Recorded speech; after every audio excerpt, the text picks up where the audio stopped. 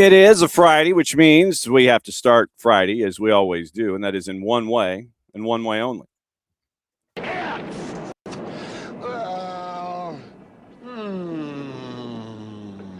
Come on, man. Go for it, dude. It's Friday. Friday.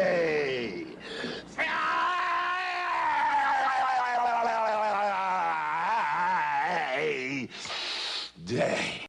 SDH AM, it is, I don't think we're going to go 2 hours and 45 minutes like we did yesterday because there was a lot going on. John, here, you there. Thanks for dropping by as you always do. Here's the rundown. It is getting you ready for the weekend. We'll let you know who's on the middle of the field, guys with whistles, guys with flags, folks with flags, and the folks upstairs. We'll let you know what that rundown looks like. We got a lot of stuff to preview overseas, and hopefully catch up with our friends at AppleTV. I kind of know who it is if we can get this individual to come through in hour number 2, efforting our friends from Beyond Goals Mentoring. But opening kickoff brought to us by our friends at Black Pitch Coffee and blackpitchcoffee.com. As I sit here and read the official copy. Start your day with the most important stories in the game. The right way to start your morning. Black Pitch Coffee, part of the SDH community, showing up at events all over Atlanta. Try their home blend made with beans from Brazil and Guatemala, heavy-bodied, notes of walnut and semi-sweet chocolate, and a rich world-class finish. Opening kickoff, powered by Black Pitch Coffee and blackpitchcoffee.com. So that means we do one thing, opposition research. We bring in our buddy Chris Doran, and the man who knows everything, our oracle of hashtag Crew96. Good morning, sir. Thanks for coming in as you always do. John, I love talking to you. Thanks so much for having me, and happy Friday to you. Happy Friday. Oh, what was your official subtitle for the segment that you had? Oh, no, I'm not saying. No. That was email and between you and I only. Fair enough. Okay, so then let the Friday be good and or great, depending on your perspective. There we go. All right. So, yeah, full disclosure. I think when I was growing up, I think I went to 13 different denominations. My mom. Did you really? Yeah, my mom was trying to figure out, okay, so where do we hear the voices the best? And let me see if I can remember them real quick. Okay, so Roman Catholic, Anglican, Episcopalian, Methodist, Independent Methodist, Church of Christ, Church of God in Christ, Russian Orthodox, Greek Orthodox, Baptist, Southern Baptist, and that gets us to 11. Just off the top of my head. Yeah. So she was just like, it's like, okay, where can we go? And it's just like, oh, it's Sunday, therefore we go here. Yeah. Right. It literally was scattershot. But yeah, go for it. What? That's I applaud people who are exploring. I was raised Catholic, and so in the email I referenced what is common on Holy Week, and the Stations of the Cross is a part of the Holy Week's celebration for Catholics. And I tied in crosses with our wingers. Yes. The Stations of the Cross with Max Arfston would be delightful, only because we'd like to see more crosses and more finishes like we saw against Toronto 2 weeks ago. Yes, there we go. So so I wish I had my boy Paul Harvey hanging up here just a second. Well, hang on. Let me see if I can find Paul really quickly, because you know how things are on morning shows. We always have those drops, you know. And yes. I have one drop in particular. Oh, here we go. Here it is. I found it. So we got to go here, obviously. Now you know the rest of the story. That's our buddy Paul Harvey. So, you know, you and I don't know how old you are, but I 11 billion years old, sir. Okay. We were around in radio early on when Paul Harvey was it. I mean, people scheduled their entire days around Paul Harvey. Do you know that he came to Indianapolis one weekend to talk to the farmers of America, future farmers of America? And we're an affiliate down in Bloomington, and I asked ABC if I could meet Paul Harvey and do a quick interview with him. Okay. And it could never be worked out, but they finally told me his private plane was landing in a hangar at Indianapolis International Airport. I get in the station van. Paul Harvey, a private plane? Yes. I get in the station van. I drive to the Indianapolis airport. I timed it out perfectly, got directions to the hangar. This was pre 9/11, so I had access to a lot of things. And the car was pulling away. His limo drove past my van with the ABC logo on it. They stopped about 100 yards down the road. They motioned me to come forward. He stepped out of the limo, did a 10-minute interview with me. That's the God's honest truth, and I will have always respected him. Of course, he's passed away, Yeah. but what a class act. Far out. Yeah, see now see these are the kind of stories that we have here with this kind of stuff. Man, I did not know that. That is massively cool. Yeah. So yeah, literally from like 12:30 to 1 o'clock on your news talk stations, it was his big thing Monday through Friday, and so yeah. So now I'm having flashbacks, and I'll have that stuck in my brain all weekend long. Okay. The reason we brought you in is we always like to do opposition research, and Yeah. we always like to talk Crew A, but opposition research fits this go around. When it comes to only scoring one goal in a month, what is now? I guess this might be a cause and effect question. This might be looking at 4 goals in your first 2 matches and then getting figured out, or all of the other things that are attached to it. So, how do we go from 4 goals total in back-to-back games to 1 goal in a month to lead into today? How does this happen, sir?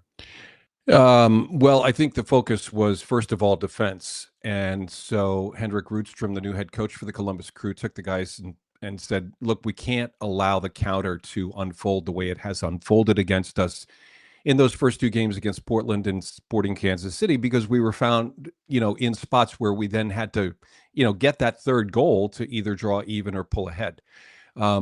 Typically, when you score 2 goals in a game, you have a better chance of winning. We weren't able to seal the deal in the first 2 games. So the focus really was on defense. Was it a complete sacrifice to what the attack was supposed to be about? No. But in that stretch, we also added Andres Gomez to the midfield. And that is a dynamic player who demands time with his teammates so that everyone understands what we're trying to accomplish. And I think that is what the story is for the last 3 games. The one disappointing piece to it, John, is that the 2 guys who scored in the first 2 games of the season did not have shots on target in the last 3 games of the season. Wow. Okay. And so we're finding ourselves now, I don't know what the phrase is, you're given a little and you're taking a lot on the other side. We want to see that attacking sequence become more mature. April is the time to do it. And my understanding is over the last couple of weeks during this break, there has been a bigger focus on building the attack in the midfield and into the final third. When you look at the starting lineup last time out against Toronto, it was Schulte in net, Amundsen, Zawadzki, Moreira, and Herrera, your back four. And this is going just off of the graphic, not going in game. The second the whistle blows, then things change and everything. Sure. Midfield listed as Arvston, Gomez, Dylan, and Diego, and then Wes and Taha Habrun up top. I'm anticipating / imagining that in offensive sets, you probably turn the volume dial to the left 1 click, and then that means that Diego comes forward out of this alleged 4-4-2 as I'm looking at a picture. So, Rossi comes forward. It's 3 in the attack, at least down the middle. Then you have your center backs bombing and all this kind of stuff. Am I off here in looking at things? No, you're not.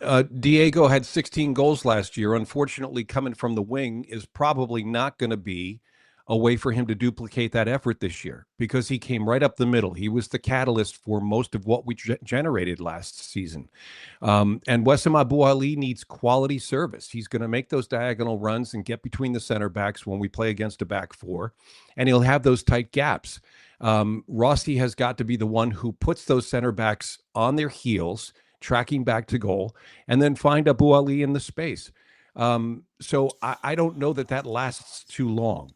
And Hendrik Rootstrom said as much this week. He said, look, Diego Rossi needs to be in a place where he can be successful, where he can find success. And coming from the flank like that is probably not going to be a long-lasting experiment. I think it's just a matter of finding out where the combinations are going to work best. And him working with Andres Gomez in the middle is probably top of the leaderboard right now when you look at potential success. So Abu Ali and Rossi were the 2 guys who didn't have shots on target in the last 3 games. We just got our first cross from the outside from Max Arvston or Andres Herrera and scored a goal, and that was against Toronto. gosh, I don't know why I'm saying Abu Ali. Abu Ali did not figure into the SOT Right. stat because obviously he scored that goal against Toronto. But the point is that we need more from the flanks. We need more from Max, and we need more from Andres Herrera. Now, Herrera is playing a little deeper this year. Last year, he had 5 goals, 8 assists from the outside. He started every game ever since League's Cup. He hasn't had any contributions to goal in these first 5 games. I feel like you need something from that side. Yeah. And I'm not exactly sure how coach is going to get it. But the thing is, we look at this roster, how talented it is, and we look at the staff and we say, absolutely, these guys know what they're doing.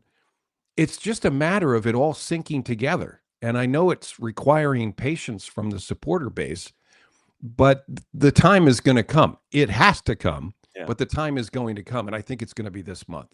And you mentioned very similar things here with patience from the supporter base is needed and things like that. I may circle back to that and bookmark it. It seems like from what you're what you're trying to break things down, it's like Rossi is better when he comes inside. Wes comes inside, but if you had both of those happening, you end up with bumper cars with 2 guys trying to do the same thing and try to benefit from being in the same spot, and that creates collisions and the things aren't as easy as you'd like for them to be because folks are better doing things this way. But right now, as you mentioned, Rossi's on the outside, and he literally is the guy who's on the outside looking in when he's at a deficit position when it tries to create. Because, once again, if you're coming in here, I see collisions happening, and it's like bumper cars at Six Flags, Mid-America. Yeah. In fact, there isn't, from my recollection, as much combination play with Abu Ali and Rossi when Rossi's coming from the outside. And maybe that's by design. Maybe that's what they're looking for. Maybe they want that to come through the middle. But I do think that it will serve the team as we grow the spine of the squad. We've focused on defense, and now focusing on the attack. The middle really has to be well cared for. And I think there are plenty of opportunities to do that with the talent we have on the roster. Our buddy Chris Doran hanging out with us for Oppo Research. That's the poli-sci guy in me coming out. It's Oppo Research. I feel like it's like West Wing or something. Defensively, this seems like when Riedstrom came in, it was somewhat Wilfred Nancy adjacent, nothing too completely off the rails defensively. When you've been looking at this after those first 2 matches, obviously, we talked about the sacrifice coming last month, but the defense seems to have pretty much hung it together, and they're in lockdown mode right now. Yeah, and I think a large part of that has to do with the way Patrick Schulte's playing. He came out of 2025 having dealt with the injury late in the playoff stretch of the season last year, was playing more like he played in 2024, and that was a positive. He entered 2026. Good frame of mind, knows he's got the national team call up that he's hoping for. Didn't get, but then got because of Roman Celentano in Cincinnati pulling back on the invitation to join the national team for these last 2 friendlies. And Schulte's been very, very good. The return of Rudy Camacho has been solid. Malta Amundsen is just ultra reliable. And so too is Steven Moreira, who's back from international duty this week. So, I think you've got a pretty solid core. Zawadzki started in the center back role against Toronto, and that was a coach's decision, and then Rudy came on later. Zawadzki will fit anywhere in the back. I personally would love to see a true 4-back system with Moreira and Amundsen on either side of Camacho and Zawadzki, and let the midfield do its creative work in a 4-3-3. But, I'm not calling the shots. I think the talent is there, both on the coach's side as well as on the roster, and I think it's all going to pan out. As I said, and I've done it 3 times now, April's got 5 regular season MLS games. Mm-hmm. John, when we're done with April, we are about a third away from the finish of the regular season. Crazy. And we're only 2 months into it. I know. That if you're still fighting at a 13th place in the East, then something drastic is going to happen in the July transfer window. So I think a lot of these guys are probably thinking to themselves, let's be patient, let's follow through, but let's make sure we get the job done. Have there been, in your view, any pleasant surprises from insertions into the lineup taking over? Because I know that Wes had to deal with injuries early in that kind of recovery. Have there been any surprises for you that have popped up here in the first handful of matches this year? Not really. Okay. No, I'm looking at the same guys we've seen over the last couple of years. We had a dozen guys end 2025 who were a part of that 2023 MLS Cup. So a lot of the guys are familiar. They're in my estimation, and again, it's just an amateur estimation, but fulfilling the promise. Schulte's the bright spot simply because he came out of the off season and is really still building his game and showing that. I love the addition of Andres Gomez in the midfield. I think he was 60 minutes fit coming into the first game of this that he played in the season, which was the home game against Chicago. Has built minutes ever since. I don't know that he's going to be a 90-minute guy. Maybe he is, but I really want to see things bloom out of him when it comes to the attack. And the reason that I ask is because of the new faces that we see, and they're only getting cups of coffee right now in the first handful of games. Bangura getting a handful of minutes against Toronto, Akanzadza only getting a handful of minutes against Toronto. Hugo Picard comes in for Max and gives you 10. Habrun, whom we've seen from our time with Crew 2 and knowing what's going on with him, now he's getting regular reps. So that was why that question popped into my head, because of these cups of coffee that you're getting from folks off the bench. And I didn't know how they were contributing, even though it's not showing up on the score sheet. Yeah, it's not. And in some cases, not even showing up in the way of subs. Coach was pretty limiting in his choices off the bench in a couple of games. And in large part, it was because guys like Wessam Abu Ali's getting 90 minutes, and really is threatening. We are seeing, I think, the flashes of what the coaches expected from Sekou Bangura. Jamal Tiare is, he kind of breaks things up. He's good on the ball. He definitely wants to go forward. Yes. He hasn't gotten the ball in a lot of great spots in the time that he's been on the field. But it's nice to see him change up the rhythm of a game that has been slowed by a tactically sound defensive posture of the opposition. So I like being able to pull a player like that off the bench. Dylan Chambeau is back from injury, and he's just so graceful with the ball. You start to run into a few problems when it comes to whether or not you want to put Dylan in, you want Taha in, who plays a little more forward, or you want to put Hugo Picard in, who was a regular starter for a long time in his short period with us last year, but never generated any numbers in terms of goal contributions. And that always surprised me. He's got a couple of shots on the season. They didn't really have much on them. So he's not that guy, but he's the final pass guy, and he just hasn't been able to complete the final pass yet. Yeah, Jamal Tiare definitely is like the Jeff Goldblum character in Jurassic Park. He is a chaotician. I will grant you that. What concerns Columbus the most about Atlanta coming into this weekend?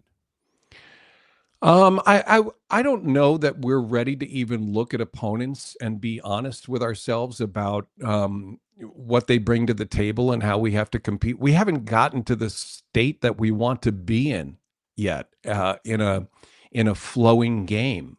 The fact that you're playing at Mercedes-Benz Stadium, it's always a great crowd. And the atmosphere is terrific. The guys love it. I think supporters would be surprised to hear that even opposing players love to go to stadiums on the road that have terrific atmospheres. And I think Mercedes-Benz Stadium ranks very high on that list. So I think the guys are looking forward to the challenge. They've had 2 weeks to think about that loss up in Toronto. And so getting over that hump is probably the thing that they desperately want to do. And doing that with the style of play that they know they can play by creating chances and then finishing those chances is important. Last time we were in your stadium, 5 goals in 35 minutes, thanks to Wessam Abu Ali, Daniel Gazdag, and Diego Rossi. Well, Gazdag hasn't played 3 games. I mean, he hasn't come off the bench in 3 games, John. And so there are questions that remain about where his contribution is going to fall in this season too. And that's I find that's interesting and comforting and confident all at the same time that Columbus right now is focusing on itself. And it's like we're gonna orchestrate, we're gonna figure out what we need to do. We'll be okay, is the vibe that I'm getting. We'll be okay once we sort it out. We're still sorting it out, we're still growing. And like I said, I think there are parallels here between these two clubs where we know where we're going. We just need everybody to be patient. And then when we're all comfortable, then we'll be okay. So this seems like there's almost like holding up a mirror with these two clubs right now. Well, and it could very well be. I'm sure Tata Martino coming back for Atlanta is thinking to himself, this is not the same group. This is the same challenge, however. And I know he's added some pieces, and it should be very interesting. I know our guys are anxious to try the synthetic, the non-synthetic, the natural grass field at Mercedes-Benz. Yes. I should point out that Steven Moreira with Cape Verde will play one of his World Cup group stage games in Mercedes-Benz Stadium. So he's doing some recon this weekend. He's going to take pictures of the field and send it to his buddies so that everyone gets a review of what that field is like. And I'm sure it'll be different when we get to June.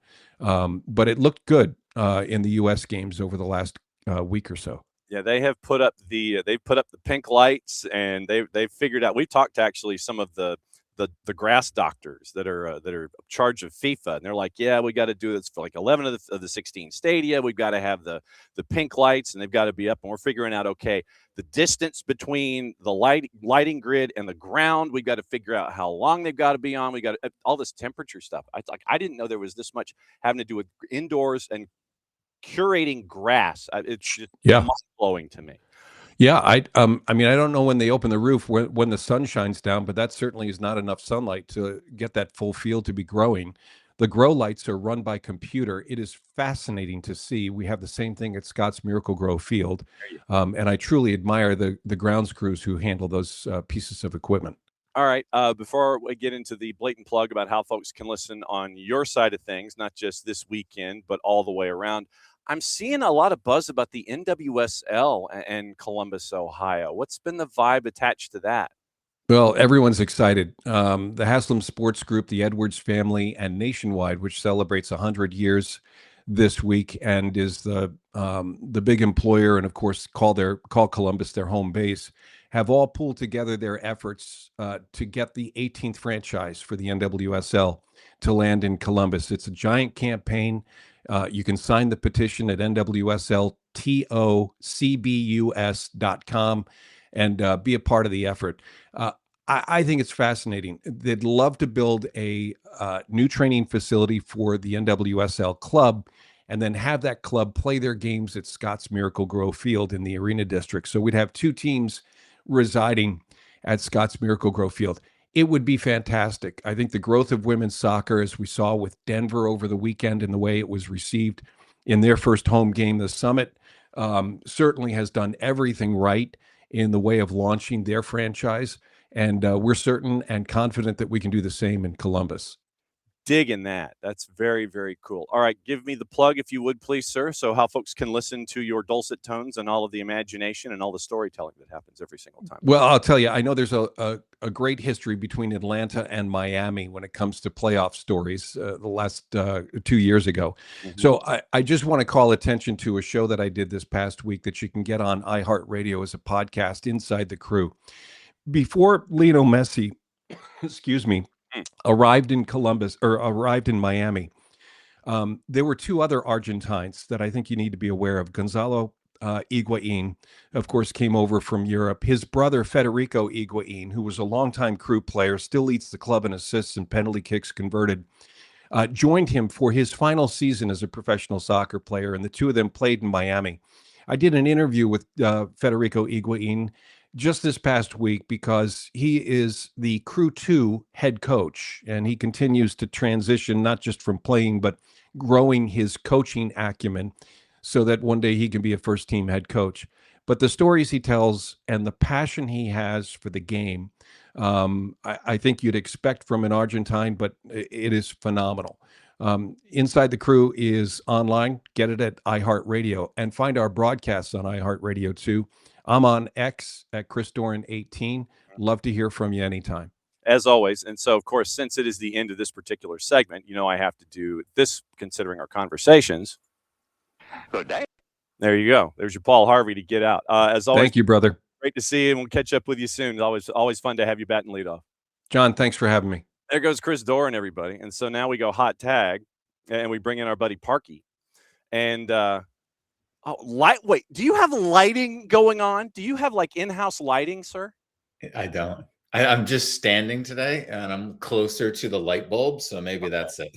I was like, wait a minute. It's like Parkhurst has like lighting and stuff going on. It's like you've been professionally lighted all of a sudden. No. It is okay. So just why are you standing? Just have energy this morning, John. Just didn't feel like sitting for this one, and I don't know. What no is particular reason? Where is this energy coming from, sir? You're not supposed to have energy at 9:30 on a Friday morning. I don't know. Maybe it is because it's a Friday, with the weekend ahead. All right. So we got a couple different things to get into. I do want to discuss Crew and Atlanta. I do want to discuss the national team, considering what happened here with 140,000 folks showing up in a 4-day period, and getting ready for Atlanta and Crew this time around. When it comes to a season, and this is what we got into with Chris when we started our conversation, when you have a season start the way that it does, both in Columbus and in Atlanta, where you have new faces, whether it's new coach in Columbus's, new coach in Atlanta's, new players coming in because of the byproduct of a new coach wanting to bring in certain players and philosophies, but asking for patience because of all of the adjustments and everything that has to go on. For a player, how difficult is it for the player to be patient, knowing that there is change going on around them? They might be a part of that change, but how difficult is that for the player to understand, yeah, there's a greater picture here. I want things to happen quickly, naturally, but sometimes you've got to be patient. How much does that drive a player crazy in a situation like this? A lot.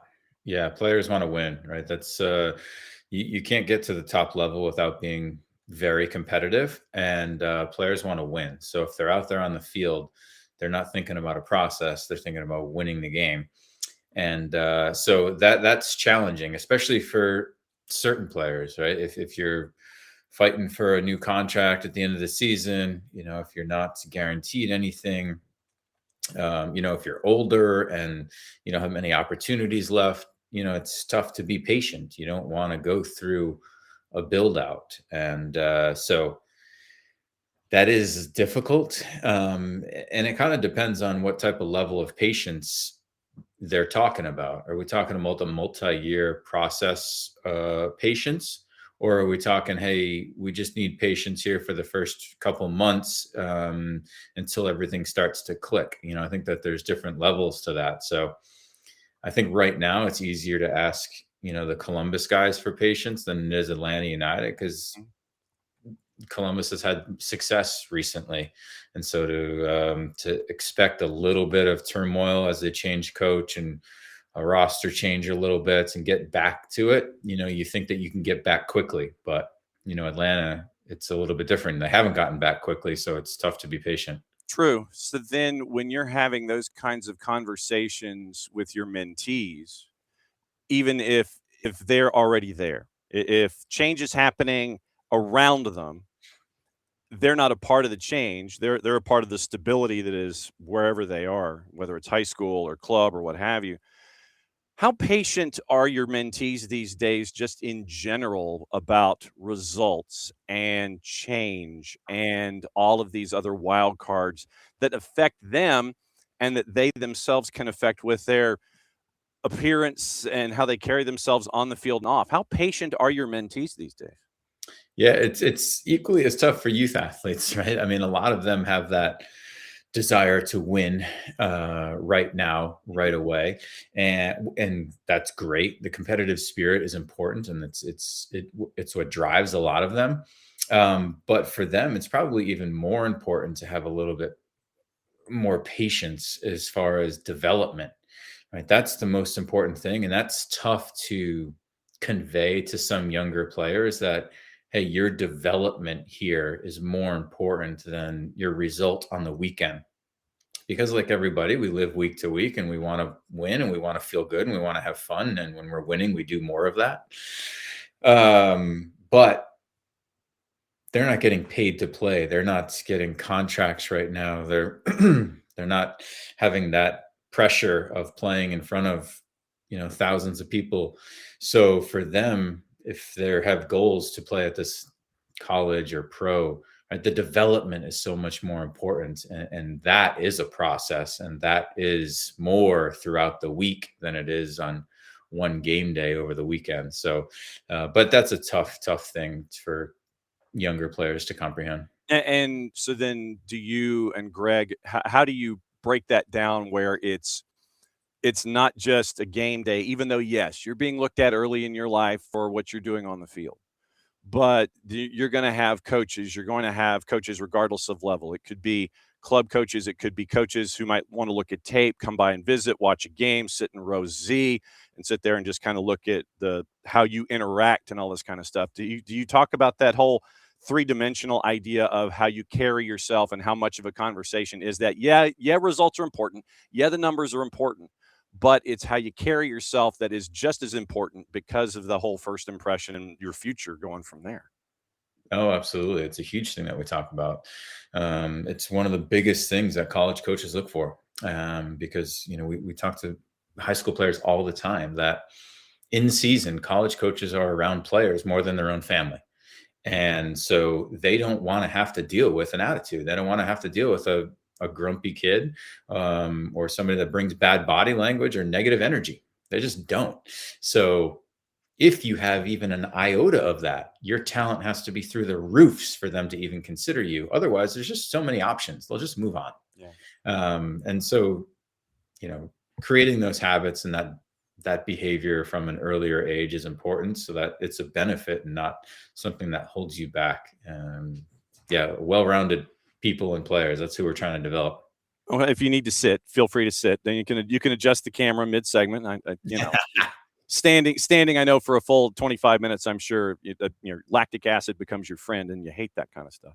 Our buddy Michael Parkhurst. I don't speak of lactic acid now that I'm not a professional athlete anymore, John. Well, when you're out on the golf course and you're sitting there on like 14 going, man, I need a birdie and nothing's working right. Trust me, I know where you're going. I'll definitely blame it on the lactic acid. See that when you don't break 90, it's because of the lactic acid that happened on 14 and 15. When you've got the modern day student and the student athlete, you mentioned the coaches that are around them and looking at them and how they interact in three dimensions. How many times do you get a mentee that is basically brought into the process by a parent or a coach? Just like, I can't believe I'm here. I'm here so I don't get fined kind of a thing. They come into being a mentee in a negative, with that negative cloud. Do you get any of that? Or is it all 100% we want to improve and we know we want to improve? Do you get any negatives that you get to turn into positives? Here and there, but thankfully it's few and far between, which has been a really awesome experience, because it was one thing that we were concerned about when we started the business, was how are we going to deal with the kids that don't want to be here at all? They're difficult to talk to. And we've had very, very few of those experiences, which is surprising and also awesome. When you do have that experience and you're able to actually turn them into a believer and somebody that enjoys having the conversations, that's awesome. But it's challenging for sure.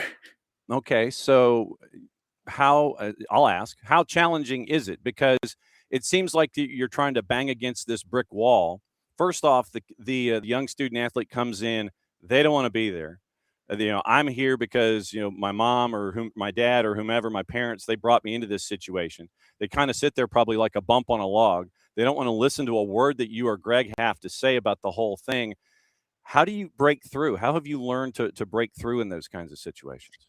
Try and make it more fun. And usually I'll try and do more video analysis. Right? Show them a bunch of videos and talk through things, because I think a lot of players have never had that experience of watching video with someone dissecting things that of their own video or even other videos. And I think that brings something different, something unique that they can learn from, but also a little credibility to me or Greg. And, just that we're not here just to lecture kids. And so I think once we kind of get that involved a little bit, then we can kind of get into more of the mentoring stuff and talk about conversation. So I think it's just finding that balance, but I do think video helps a lot of those sessions. And do you use their own video as proof? Do you pull, from MLS and international stuff to give examples? How do you interact with that student athlete? Is it their video, or are you bringing stuff in? Either.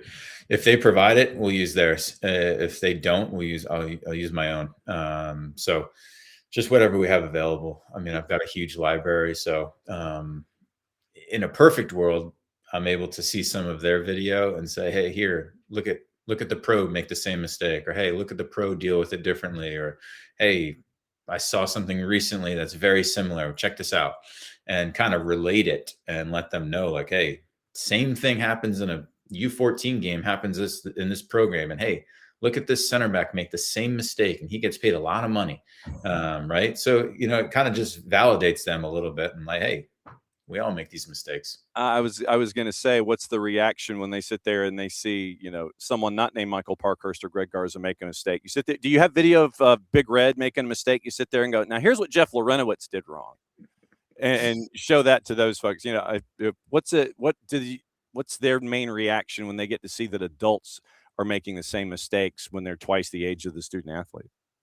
Anytime I'm showing a Jeff Lorenowitz clip, it's probably, if he makes a mistake, it's the amazing reaction he has to that mistake to then go win the ball back or crush somebody. But I think it's just a relief feeling of like, yeah, it's good to see pros make mistakes too. They're human. I have this clip from like 2 weeks ago. It's Tottenham playing Nottingham Forest. You got a lot of those Spurs clips, I bet. Yeah. And it's 1-0, and obviously it's a huge game. They're fighting relegation. It's in the second half. It's only 1-0, and the Tottenham center back, he's the captain sometimes. I can't remember his name right now. Is it the Christian Romero? Christian Romero makes 3 mistakes on one play. The third mistake of which is just complete laziness. Mm-hmm. And the ball's in the back of the net, and he's there throwing his hands up, blaming other people. And so I point that out to a few different people the last couple of weeks of saying, hey, check this out, right? Look at mistake number 1. Look at mistake number 2, right? Yet you can still recover from these 2 mistakes if you just had effort here for the next 3 seconds. Mm-hmm. And the effort wasn't there, and the ball's in the back of the net. So, yeah, I love showing those clips. And it's not to hate on pros or say that he's hate on Spurs, no. Right. It's just to say, hey, it happens at the highest level. So, all right. And so I'll ask this, since you asked about 1 compounding into 2, compounding into 3. I've referred to it as quicksand. And literally it is a blatant ripoff of Shane Falco talking about fear in one of the best football movies of all time, The Replacements. And Jimmy McGinty, who is anything but a conventional coach, Gene Hackman, is the head coach of the Washington Sentinels, and he's got this group of players that have been assembled from all, acts of life, and they're trying to win in this environment. And he asks the players what they're afraid of. And then Shane Falco says quicksand. It's like you make a mistake, then another, and then you're afraid to even continue to try because all you've been doing is making mistakes. How do you and Greg talk to your mentees about those quicksand moments and remind folks that, hey, there's a lifeline out there somewhere that you can get out of this mess mentally? How do you talk about trying to stop the compounding of mistakes, not let it get to you, and then come forward and turn the rest of things into a positive? Totally. And that's why we try and normalize mistakes, because when we normalize them and say, hey, the game of soccer is a game of mistakes. It's something that we say all the time. There's just constant mistakes all over the field, right? For every goal you give up, right? almost every goal. Mhm. The other team's looking at it like, what mistake did we make? Right. So there's just all these mistakes happening throughout a game. And usually, if you make a mistake, the first mistake's not going to hurt you. Usually you can recover from it, or the team can recover from it if the reaction is good. And so the reaction is far more important than the actual mistake. Mhm. So that's what we try and say of like, hey, focus on the reaction, not the mistake. And if the reaction's good, people remember the reaction. You remember the reaction far more than you remember the mistake. You can make up for it so quick. And if you do that, you're much less likely to go through this quicksand of, hey, one mistake after the next, because it is real. And even teams go through that where it's like 1 loss, 2 loss, 3 losses. How quickly can you bounce back from a loss? Same thing with, a little individual mistake. How quickly can you bounce back from it? Because those that have success are the ones that bounce back so fast, versus the ones that don't. But that's our main message is to normalize it and focus on the reaction. Okay, so then taking that, focusing on the reaction, if you are in an environment where you have new players, new coaches, new system, and you're trying to learn that new system as a part of this new collective, and you're making mistakes, then how do you take that into the context of, okay, we're trying to go forward in this new idea and not get wrapped up in it? Because that's adding another element to all of this. It's like under normal circumstances, okay, you make a mistake, fine, you can shake it off and go forward. But then you're in this new kid at school environment, or you're at the new school, and you're trying to learn the new things that everybody's confident that is going to work later on down the road. Do you teach your mentees about perspective at all? Do they have perspective? Mhm. That's tough because, we're circling back to the conversation of earlier of the process, Yeah. right? Because the process takes perspective in order to understand it. And that's a challenge. That's one of the tougher things to help a teenager with, right? Because they want it now. Mhm. Who doesn't, right? So that's a big challenge, but of course that we try to help out with. Mhm. But there's no easy way about that, right? We talk about learning from, and that's why we like to watch video with players. Right. And say, hey, there's a lot of pros that don't like to watch video because they can't own up to mistakes, and that's not a good attribute. We have to be able to learn from things, right? We all make these mistakes, and how can we learn from them and grow from them? Because we have the most growth when we're uncomfortable and when we do make mistakes. And actually, I try and tell players, please, please, please do not try and go out there and be perfect, and do not try and make a 100% passing accuracy. That's not the goal ever, ever, ever, ever. In fact, sometimes I'm saying, hey, have a goal of making at least 2 to 3 mistakes per game or per half, depending on what position you make, Huh. because that means you're trying things, right? You're not playing safe. And that way you're not even scared to make those mistakes, because you know what? I want to make mistakes. That means I'm trying new things. So that's one way we try and do it. But and then the confidence, I would imagine, that you're trying to instill without mentees understanding, you're trying to instill confidence into their own collective freedom, where it's okay to think outside of that vision that you're supposed to have, that tunnel vision. It's okay to kind of color outside the lines a little bit. It's okay to fear going forward, I guess is what I'm trying to say, as opposed to being in fear and staying within yourself or within that little area. If you're trying something, you're being aggressive, and you're trying to fail forward, that's okay. Yeah. For sure. For sure. That's how growth is made. And that's how you not only grow as a player, but your confidence grows and your abilities grow. Because if we don't try things out on this field, we don't know if we can do it. Mhm. Right? You don't know if you can play through that line, or if you can take that guy one-on-one if you don't try. So yeah, that's where the confidence takes the next level. And people look at, well, it might hurt my confidence. Well, you could take your game and your confidence to the next level as well, right? Opening up a new skill that maybe you didn't even know you had yet. But that fear almost That seems to be that's got to be one of the bigger stumbling blocks that you have in dealing with your mentees, because they know they're good, or at least they know that they're at a certain level.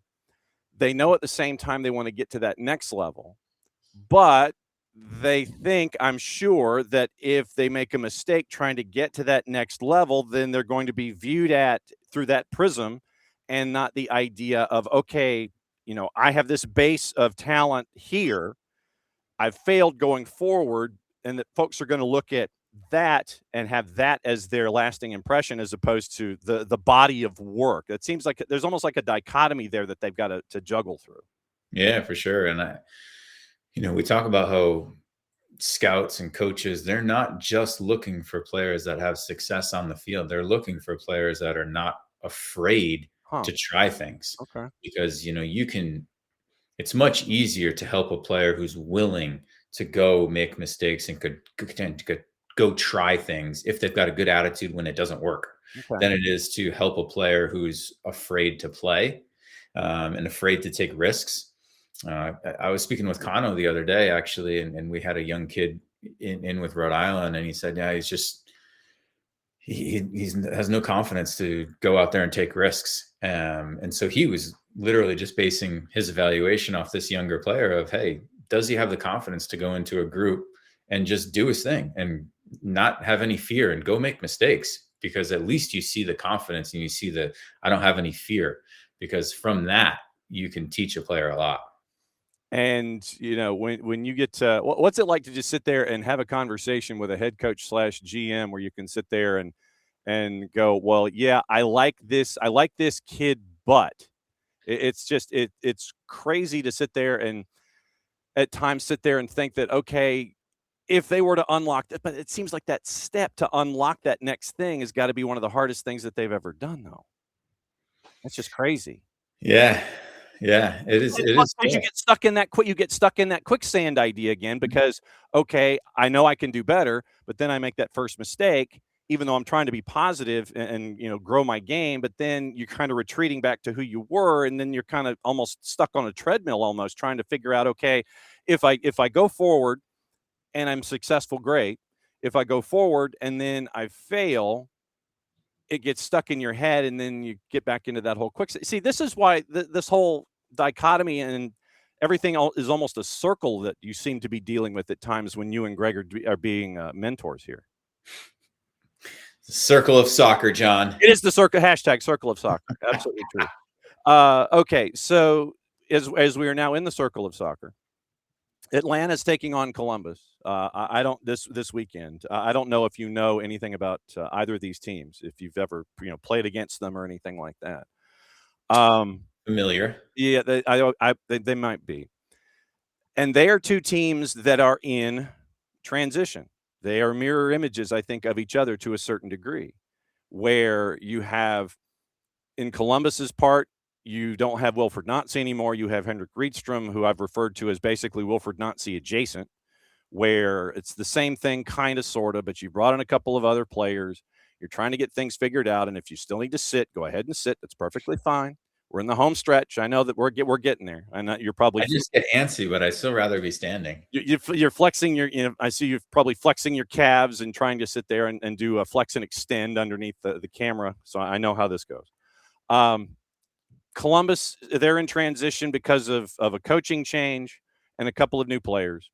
Atlanta is in a coaching change or a return from a coach who is different than he was before. New players are coming in, and these teams are still trying to find themselves over injuries and international breaks and things like that. What's it like to be a team still, trying to find itself and figure itself out, knowing that being as confident as you are, which is why I wanted to bring it up, that if you push through to the other side, everything's going to be okay. But, it's like you're confident and you're waiting for that breakthrough moment, but you've got to be patient as a professional at the same time. I think that's what we have with these two clubs.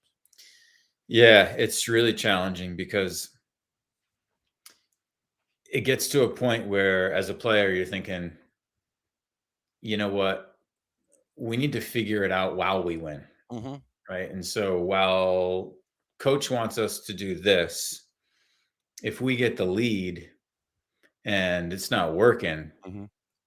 I'm going to do what needs to be done in order for us to keep the game where we're winning. And so then it becomes a little challenge of, hey, are you sticking with the plan? Yeah. Or are you playing to win the game? And obviously you want to try and do both, but that becomes a tough thing in the player's mind because, right, like I said earlier, you want to win. Yeah. And so that becomes tough. And if you don't win, players start to lose faith in that process, and that's not good. Yeah. And even though it might have been a mistake from coloring outside the lines, like we've been talking about, the fear of failing forward, then you're dealing with that as a part of all of this give and take. Okay. Dell's got a question, and it deals with that P word that we talk about here occasionally when you're being a mentor and dealing with mentees. Serious question. Went to a high school game Wednesday. Dad was berating his son from the stands, and after the game told him, wait until they get home. How do you handle that as a coach? Don't know if Dell's asking if I was the coach of that player's team and I saw it, or if I was the mentor. Take it both ways. If I was the coach, I'd want to make sure that, the kid's all right and, handling however dad's feeling. Okay. First and foremost, safety wise. But also I'd want to have a conversation with the dad of saying, hey, this is not how we want to facilitate a good experience for our players, right? We're trying to do this coaching, and let's talk about what you're seeing and how the players playing, and let's talk through these things. But, we're out here having fun, and we're trying to get better, and we're trying to grow good human beings. And all these things that I talk about as a mentor, and switching to the mentor side of things, go out the window when they see a real life mentor in front of them as you acting like this. How can I tell them it's about the process? How can I tell them about confidence, or, not being afraid to make mistakes and all these things when they're getting berated on the sideline during a game for everything they're doing? It's impossible. So, that's, I'd have to have a conversation with the parent. For the child, it's difficult. What do you tell them, to ignore their parent? It's really difficult. So, unfortunately, it happens a lot out there. I still remember from my youth days it occurring, and it's a shame that it's part of every sport. Okay. I want to finish on a positive note. So if you would please, sir, let everybody know what is going on in the Michael Parkhurst hashtag Circle of Soccer, and let everybody know what the deal is about what's going on with you guys at Beyond Goals and your golf game and watching games and traveling the country in Rhode Island. Hit me. Well, we got our Rhode Island FC. I'll start with Rhode Island FC. There you go. We beat Hartford in the Open Cup, which was awesome. Then we drew the Revs. So we're going to play the Revs at our stadium next week. Which is awesome. So fantastic opportunity there. Yeah. Mentoring's going really well. Excited to start the Center Back Academy next week with Jimmy. Jimmy Conrad. And then I think I'm booking a trip down to Atlanta to catch the Nashville game in a couple weeks. Okay. So excited to be down there for that.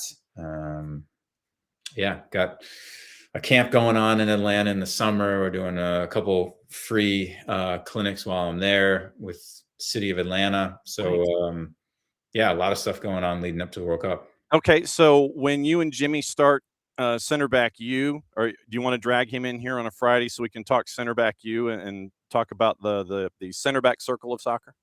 I can try. We'll see if he's up at 6:30 in the morning on the West Coast. Well, he's just going to have to get moving. You got to get him moving, man, and make sure that everything is there. As always, my friend, congratulations on the big win in the first El Clamico of the season and getting that squared away. It's always great to pick your brain. And I know that, like I said, my questions go in 3 dimensions, and it's like this really wild roadmap of trying to figure out what's going on. But there's a lot of stuff that in this golden retriever brain of mine gets triggered in conversations when we have conversations about everything that's important. as always. That's why I enjoy it, John. This golden retriever is not thinking about much right now. No, well, I know what. I know what Deacon's thinking about. Can you stop talking? Stop talking. So, as always, my friend, great to see you. We'll catch up with you, and especially when you come down here for the Nashville game. That's going to be fun. Yes, sir. It will be. All right. See you Have soon. a great weekend. You too. All right. They're Michael Parkhurst and at BG Mentoring on the Twitters.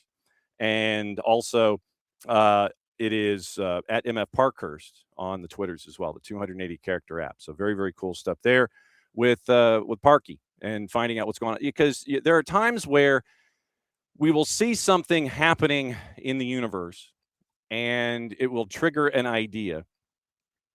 And then Michael will say something in our conversation that will trigger another question. And so literally, I'll show you. When it comes to the conversations that we have with Michael Parkhurst, today is another example of that. This is the number of questions that I have prepared. I have an idea from like current events and stuff what to get into, but traditionally, that's the number of questions that I have for Parky. And then, he'll open a door and we'll kind of kick that door in and we'll see what's going on with everything that he and Greg are doing with Beyond Goals Mentoring. Greg is doing, and when next time Greg is on, we have to ask him about his on-camera work with the Hoff and find out about all that. So that's going to be a hoot. So the next time Greg is on, we have to find out about what it was like for him to take the tour to Mexico, about Leagues Cup and promoting Leagues Cup down there, and about what it's like working with the Hoff and everything else that he's learning as we're getting close to center back you and all those kinds of things with Michael Parker. So it's always fun to break down everything there and find out what's going on with Parky and Beyond Goals Mentoring at BG Mentoring on the Twitters, beyondgoalsmentoring.com. Okay. Hour number 2 is going to be our preview of anything and everything going on in Major League Soccer, getting ready for the weekend.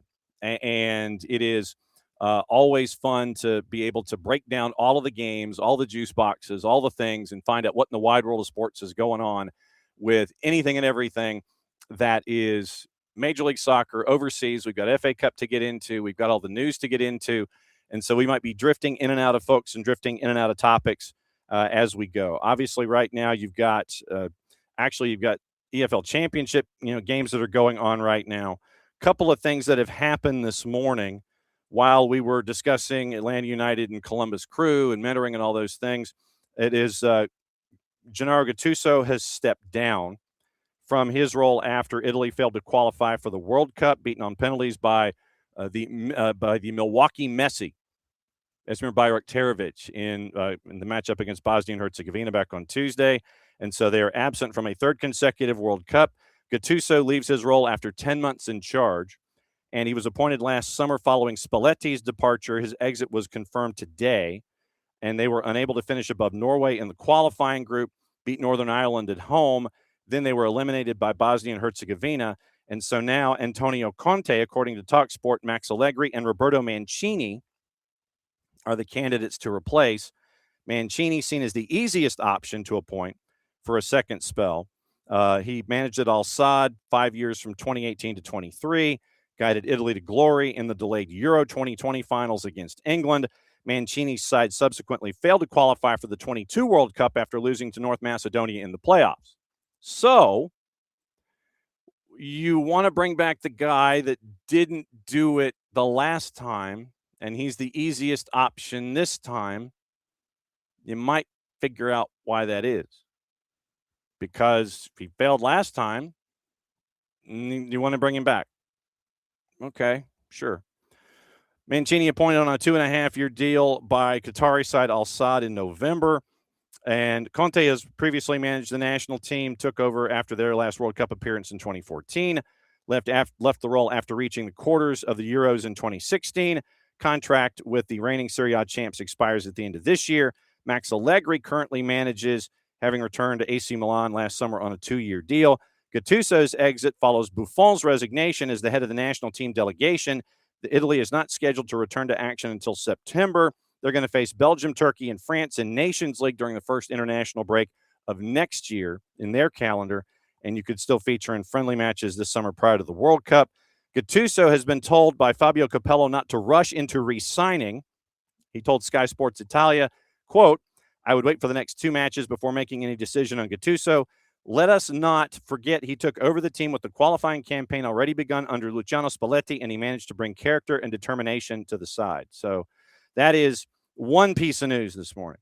The other piece of news overseas has to do with Enzo Fernandez. And Chelsea has banned Enzo Fernandez, as Liam Rosenior is apparently thinking that Enzo Fernandez has crossed a line. Suspended him for the next 2 matches, so fix your fantasy teams accordingly. And that is according to Liam Rosenior, who has confirmed that. Vice captain, major doubt on his future when speaking over the international break amid links with Real Madrid. Quote, and he quoted in an interview, I really like Madrid. It's similar to Buenos Aires. When asked if he could live in another country, when pressed on whether or not he could call Madrid home, he replied, yes, of course. And so then after the 8-2 aggregate loss to PSG in Champions League, Enzo Fernandez was not too keen on everything that happened there. Marc Cucurella came in from behind and said basically that he agreed. He kind of went after the club as well. Fernandez, open to joining Madrid in the summer, has not directly told Chelsea that he wants to leave. And Rosenior has now revealed that the midfielder who cost Chelsea £106.8 million in 23 has been formally sanctioned. Quote, I spoke with Enzo an hour ago. As a football club, with me as a part of that process, we've made a decision. He won't be available for tomorrow's games, and he won't be available for Manchester City next Sunday, confirming in his press conference.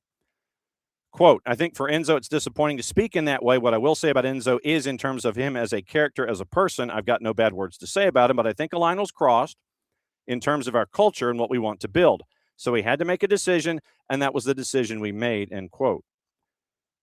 And so Cucurella, he was confirmed by Rosenior he would not be sanctioned despite his criticism of the club, describing his interview as a separate case.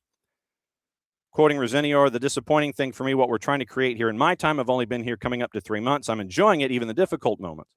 I want players, I've said to them from day one, if they've got any issue with how we do things, to come and speak to me and speak to the sporting directors. My disappointment in Mark's interview was where it went to. I think he should have spoken to us first about the things that he's feeling, and he continued to talk after that. So now you have Enzo Fernandez, Port Vale, Manchester City, and Chelsea. So we'll keep an eye on that. And remember, you've also got FA Cup this weekend that you got to keep an eye on as well. Barbara Bondo was named to the NWSL March Best 11 of the month. And we'll see if we can, let's see who the rest of it was, if we are getting the list. And we don't get the list. Okay, so we just know that Barbara Bondo was a part of the Best 11 from last month. Sofia Huerta was also named to the Best 11 for the month. And for Huerta, league's all-time assist leader, first honor of 26, 9 points from their first 4 matches. Huerta's 10th career Best 11 section, tied for the 3rd most in league history. And so, once again, talking about individuals and not presenting the whole lists. And since I'm here, let's see if we can figure out what the whole list is about what's going on. NWSL, do you have that list? Let's go to news, maybe, and find out. Do we have it? Do we have it? Do we have the list? Do we? Best 11s, March? Okay, here we go. Best 11s for March. It is Abby Smith from Denver, 20 saves in 4 matches, 2 clean sheets. Defense, Giselle Thompson out of L.A., Kennedy Wesley from San Diego, Jess Carter from Gotham, Sofia Huerta from Seattle, Kenza Dali from San Diego in the midfield, along with Olivia Moultrie from Portland and Leah Godfrey from San Diego. Dudinha, one of the offseason pickups for Wave there at forward, along with Barbara Bonda and Svendis Jonsdottir from L.A. So there you go. So that is Angel City, Orlando, San Diego, Portland. San Diego's mentioned 4 times. Denver gets a mention. Angel City gets a couple. Gotham with Jess Carter, Sofia Huerta from Seattle. So that's your best 11 for the month of March in the NWSL. So if you missed our interview and our conversation with Jen Hildreth, you can go back into our archive and you can listen to that and get caught up on all of the information that we had about the table being flipped, at least through the first handful of matches. Jen preaching patience and perspective in our catching up with her yesterday. Also on the board, couple of other things. We mentioned the Premier League. There's an article up. Chris Weatherspoon at The Athletic that came out in the middle of the night, our time. clubs started releasing their accounts from last year, and we were going over Chelsea and their losses and selling Stadia to yourself and all this kind of stuff. Of the 19 that reported accounts from a 24-25 campaign in the Premier League, just 6 turned a profit. Combined losses totaling £713 million or $943 million current rate. 2 of those 6 were only profitable due to transactions that have solidified the presence, and that was the intra-group sale. Villa and Newcastle, internal restructuring of assets by club owners generated a combined paper profit of £247 million. Everton, who still posted a loss, similar moves, generated £49 million. Take those out, Premier League losses topped £1 billion from 24-25. And so we have seen it before where you shuffle paper around to kind of sit there and work your holding companies, and that way you're within the guidelines of profit and sustainability. Chelsea, after Blueco took over in May of 22, they recognized £76.5 million in paper profit, selling 2 hotels and a car park to a sister company.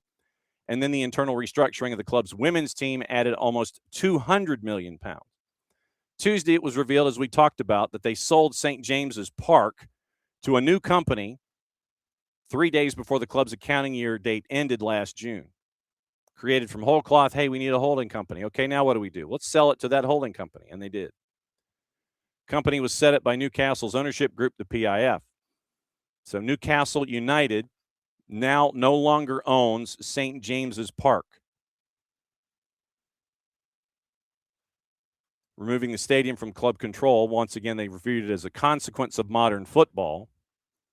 Newcastle say their primary motivation was not the PSR benefit. According to Simon Capper, the club's CFO, internal restructuring was, quote, designed to reorganize our property assets and get them into the correct legal boxes to allow us to go forward with our potential stadium development, end quote. Weatherspoon says the fate of St. James has really been in the public purview for the last 5 years. And so now, 9 months removed from the internal sale, no decision made on whether to expand the stadium or build a new one. And so you keep an eye on Newcastle and what is up there, and selling of assets and sliding pieces of paper from one side to the other. But keep an eye on these kinds of things when it comes to the maintaining of PSR and making sure that you're not found in violation.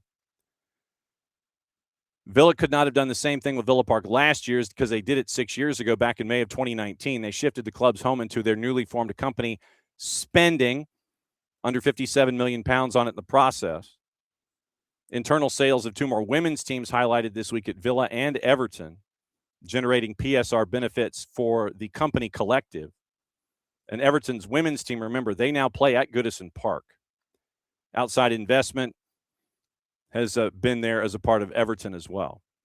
And so losing $105 million in 3 years, that's the number that you have to look at. $105 million in 3 years. That's your target figure. And if you go over that,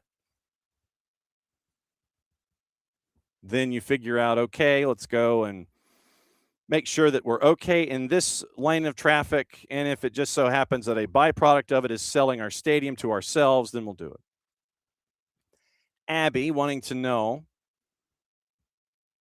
when did the Open Cup start doing the divisions with the player names? It was a couple of years ago. So hang on. Now that you have asked this question, on Open Cup player name divisions.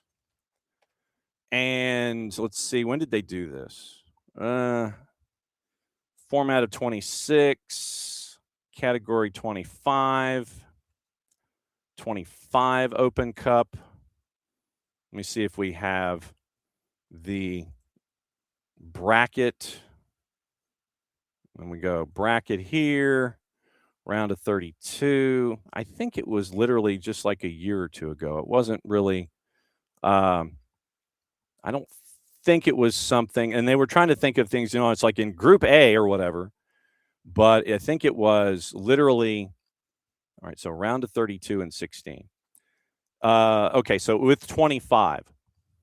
Teams divided into 8 broadly geographical groups named for the 8 most capped U.S. men's national team players who had also won an Open Cup. So April, basically this time a year ago was when they started doing it. And so that was your At least that's from our friends at the Wikipedias. That's what they're saying. So the Wikipedias are maintaining that. So I would say last year would be the time.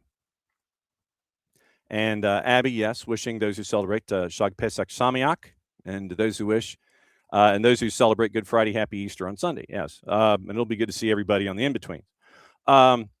So, yeah, the boss and I are, after the match on Saturday, the boss and I are driving out to have lunch with in-laws and catching up with her side of the family. So it's a 2.5-hour drive, lunch, 2.5-hour drive coming back. Here's our plans here at SDH. So tonight, 6:30 pregame, 7:03 kick. Atlanta United 2's at Crown Legacy. And that is here on the network. Pregame show with me and Jason, I believe. Jason's on the call tonight. I'll be around for pregame and halftime. And obviously, we'll let you know what happens there. Tomorrow, it is Atlanta and Nashville from Mercedes-Benz. Thank you, Abby. So, like, okay. So it's, wow. Okay. So it's Fog Pesach Shamiak. Okay, cool. Thank you. So I was trying to sit there and try and pronounce it on the air as you have it laid out. Okay, so 6:30, it is Five Stripes Countdown with Abe and Maddie. Kick at 7:40, and that's with Mike and Jason. And then after that, it's full-time report with me and Abe after the match. So we'll have all that for you on Saturday. And then Tuesday, I believe, is when we kick back in with high school coverage. It's Westminster at Johnson Gainesville. Some folks are on spring break. Westminster and Johnson Gainesville are like, hey, let's play.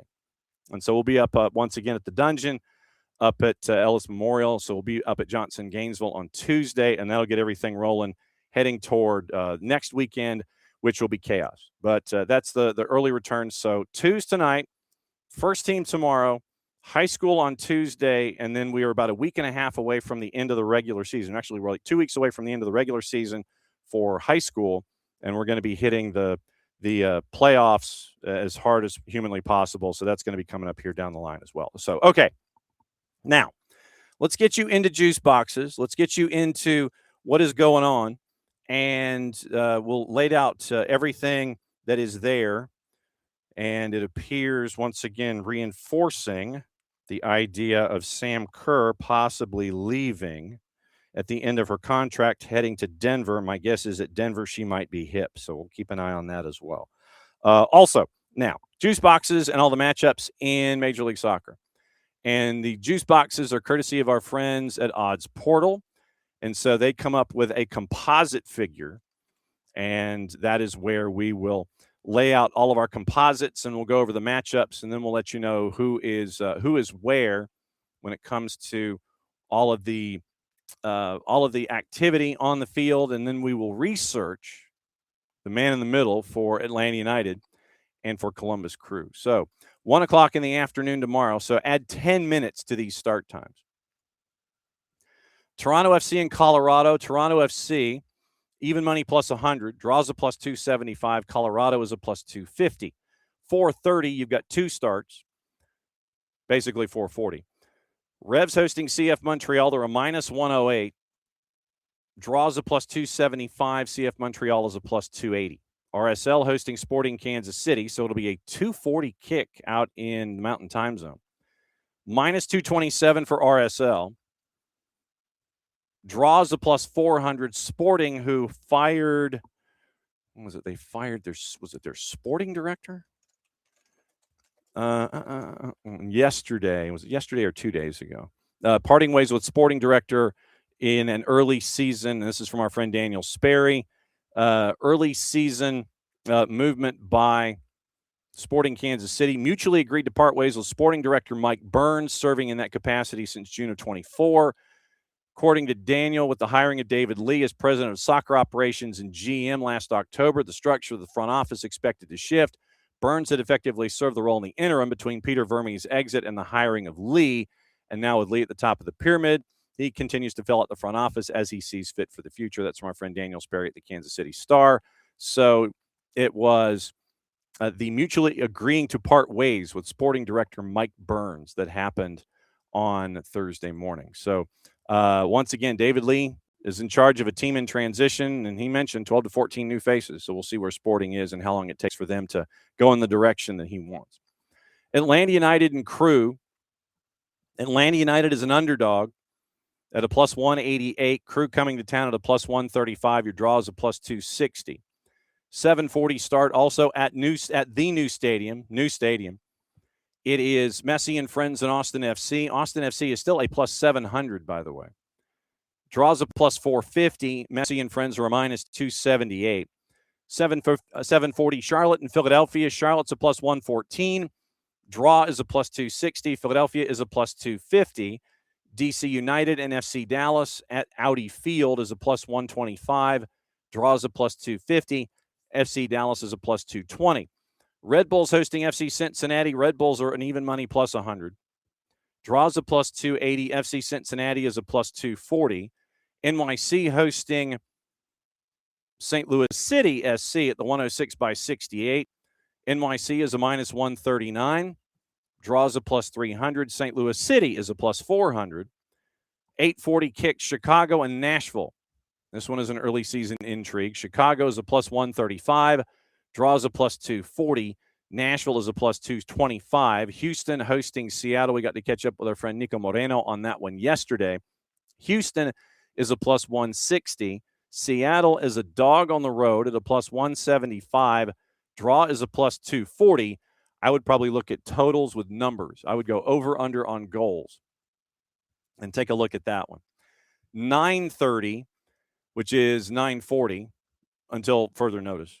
And it might turn into 9:50. LAFC hosting the Purple Team at a minus 312. Purple Team is a plus 700 and draw is a plus 500.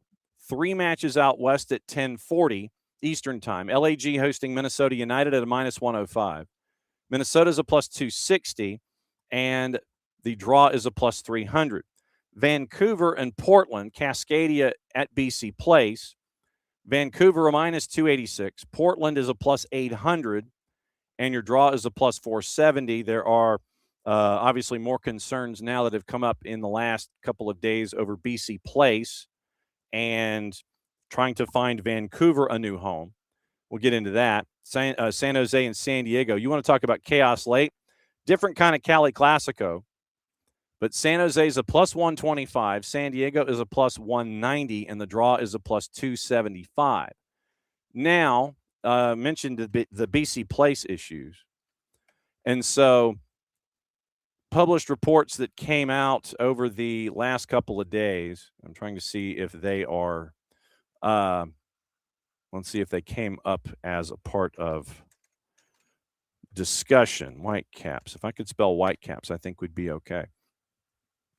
And all they want to do is offer, they want to offer conversation about what's going on. So that was back in February, but there was stuff that came out recently about Vancouver. And so now I'm going to have to find it. And I'm going to try and figure out where it is separately. So was it in the Daily Hive? Okay. So dailyhive.com. So if we go in here and see what's going on, let's see. We mentioned Steve Nash and his possibility of bringing in Joe Ty into the conversation. We had mentioned also David Usted and his online petition that he has started, saving the Whitecaps from relocation. But there was another piece that there was more concerns about, I think, the property in and of itself. And let me see if I can see. This is the thing about trying to find things in the World Wide Web these days.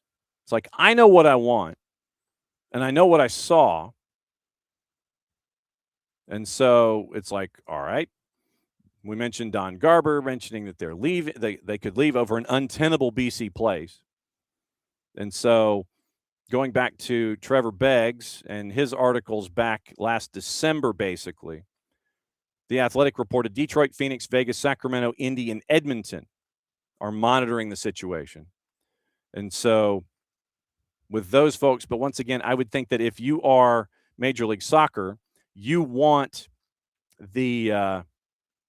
what you want is an expansion fee. You don't necessarily want the you do not want the idea of a shift to where you're out on an expansion fee.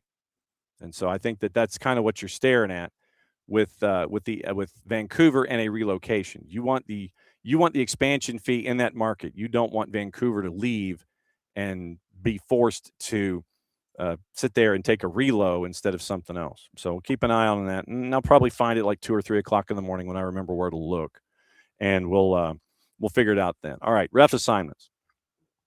Getting into the ref assignments for match day number 6. Toronto and Colorado. Ricardo Montero Araya is in the middle. Brooke Mayo, Diego Blasher, ARs. Mario Al-Ayas is your 4th. Michael Radchuk, Jonathan Johnson are upstairs. Revs in Montreal. Joshua Encarnacion, man in the middle. Ian McKay, Brian Dunyer, ARs. Armando Villarreal is your 4th. Caroline Chenard, Melissa Beck are upstairs. RSL and Sporting.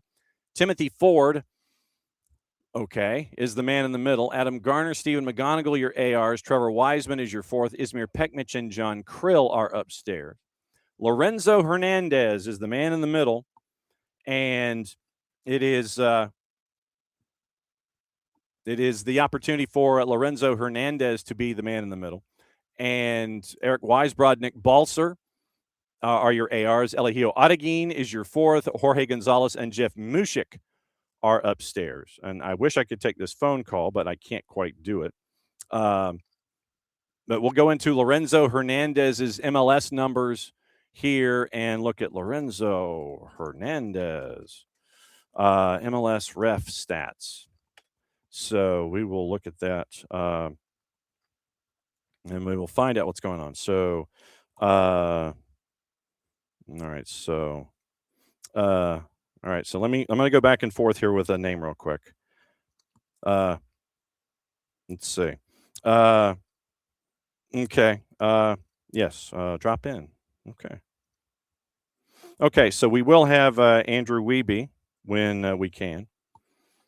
And we'll talk about stuff. So Wiebe's going to join us, and it will be a good conversation with Andrew Wiebe. So we're going to add Andrew. Okay, so Andrew Wiebe texts or he shoots me a note, and there we go. So all right, so Andrew Wiebe's going to join us in about 20 minutes. So we'll go through all the other things and all the other news and things like that. Okay, so Lorenzo Hernandez referee stats, but yeah, it's going to be a surprise. So Andrew Wiebe's going to join us coming up in a bit. This season, Lorenzo Hernandez is averaging 30.5 fouls per game called. He's been in the middle for 2 matches. He has given 11 yellow cards. So it looks like Lorenzo Hernandez is not going to be afraid to use his whistle, and he's not going to be afraid to give yellow cards. So just to give as an idea, let me see if you're going to change things with me here. So you're not going to change things with me. So anyway, all right. So Lorenzo Hernandez, like I said, this season. Okay, so last season, and so he's gone up this year. Okay. Lorenzo Hernandez last year, 23 times in the middle, 25.78 fouls per match. So he's gone up in his average from year to year. 0.84 fouls per tackle. Not afraid to give. He's given 5 reds. He gave 5 reds in 23 matches last year. 114 yellow cards in 23 matches. So he's giving up. Last year he gave up about 5 yellows per game. He's doubled that this year. And penalties per match at 0.39. So 114 yellows last year, 4.96 yellows per match last year, 25.78 fouls per game last year. This year, 5.5 yellows per match, 30.5 fouls per game. That is crazy. 30.5 fouls per match. And so 30.5 fouls per match. That's okay. I'm going back and forth here. Hang on just a second. Okay,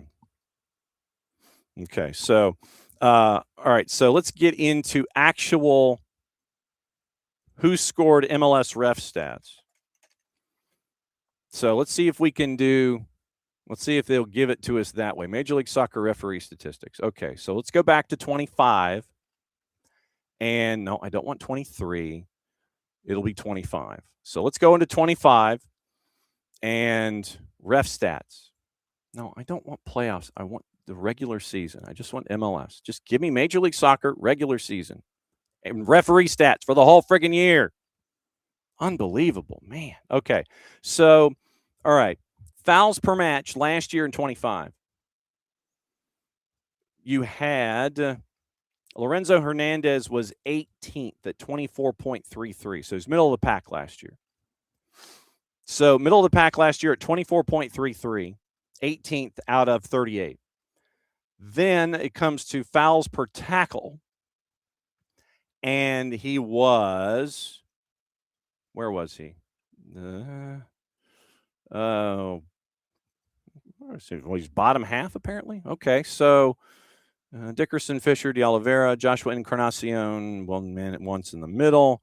So then, come on, where is it? Showing 1 of 20. You don't want to show me the other? You don't want to show me the others? There it is. Okay. All right. So Lorenzo Hernandez was 23rd of 38 in fouls per tackle last year. So once again, middle to lower half. Yellows per match last year, he was 9th out of 38. So upper quarter on average at 4.73. 71 yellows for Lorenzo Hernandez last year put him 15th, middle of the pack.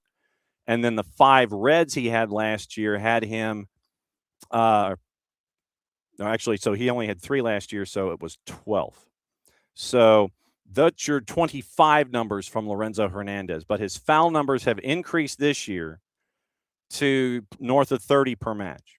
So that's what you're staring at in Lorenzo Hernandez. So Lorenzo Hernandez in the middle. So far this year, foul numbers are up. Eric Weisbrod, Nick Balser, your ARs. Elijio Adeguin is your 4th. Jorge Gonzalez and Jeff Mushik are upstairs. Charlotte and Philly at the bank. Drew Fisher is in the middle for that one. We'll see who he lets play. Is it Charlotte or Philly?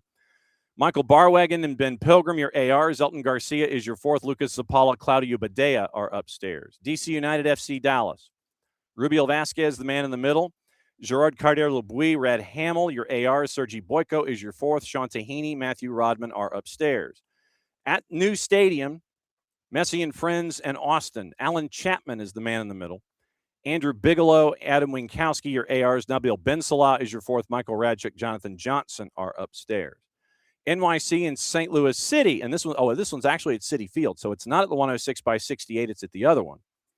Pierre-Luc Lozier is the man in the middle. Megan Mullen, Justin Howard, your AR. Sergei Demyanchuk is your 4th. Kevin Terry Jr., Tom Felice are upstairs. Red Bulls FC Cincinnati in Harrison. Victor Rivas, man in the middle. Corey Rockwell, Tyler Wyrostic, your ARs. Mohamed Kalea is your 4th. Kevin Stoughton, Robert Schapp are upstairs. Chicago and Nashville at Soldier Field. Marcus De Oliveira, the man in the middle. Stefan Tanaka-Freund, your ARs, along with Kevin Locke. John Freeman, no relation, is your 4th. Carol Ann Chenard, Melissa Beck are upstairs. Houston and Seattle at Hell in a Shell. Ismail Elfat, the man in the middle. Corey Parker, Kyle Atkins, your ARs. Alexandra Billiter is your 4th. Jeff Gamble and John Krill are upstairs. LAFC in Orlando City. Alexis De Silva is the man in the middle. Jeffrey Greason, Mike Nickerson, your ARs. Ricardo Fierro is your 4th. Edvin Jurasevich and Fabio Tovar are upstairs. LAG in Minnesota. Malik Badawi, man in the middle. Jeremy Hansen and Jeff Schwartzel are your ARs. Jair Marufo is your 4th. Kevin Stott and Tom Felice are upstairs. San Jose and San Diego. Fotis Bazakis, the man in the middle for Chaos. Catherine Nesbitt, Chris Wadham, your ARs. Rosendo Mendoza is your 4th. Jorge Gonzalez and Robert Schapp are upstairs. Joe Dickerson gets Vancouver and Portland. Cameron Blanchard, Logan Brown, your ARs. Matthew Suare is your 4th. Lucas Zapala and Claudio Badea are upstairs. So Lorenzo Hernandez, middle of the pack in 2025 in fouls per game. He was 18th at 24 1/3, but his numbers have increased by 1/4 to where in the 2 matches he's been in the middle, it's north of 30 fouls. And so his yellow cards a little higher, 11 in 2 matches, so 5.5.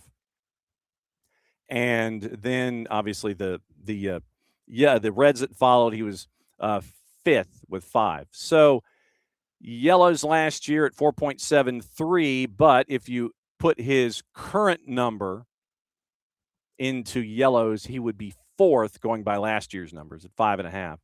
So he would have been 4th in yellow cards if you took last year's numbers and extrapolated them to this year. So calling more fouls, calling about the same number of yellow cards. So we'll see what Lorenzo Hernandez does in the middle for the matchup with Atlanta and with Columbus Crew. It's always great to catch up with our friend Chris Doran and find out what's going on with Chris and getting that Oppo research that we always like to get.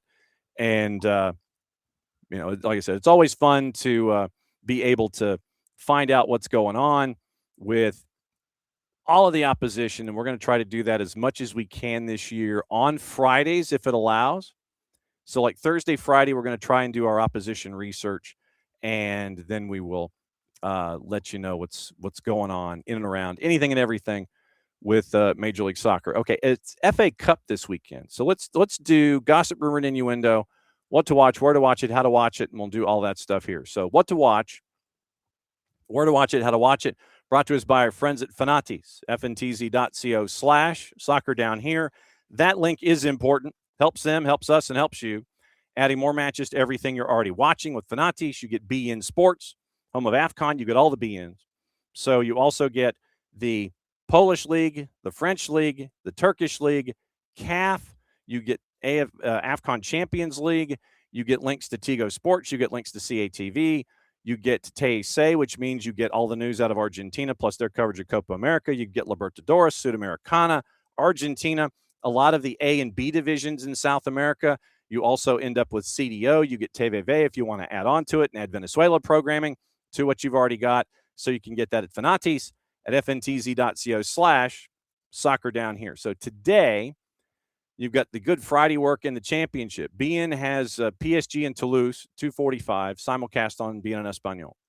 ESPN Deportes, La Liga, Rayo Vallecano, and Elche is at 3. The league we don't talk about is on Fox Deportes at 2. Doubleheader, 2 to N, 9 and 11, Puebla and Juarez, and Tijuana and Tigres.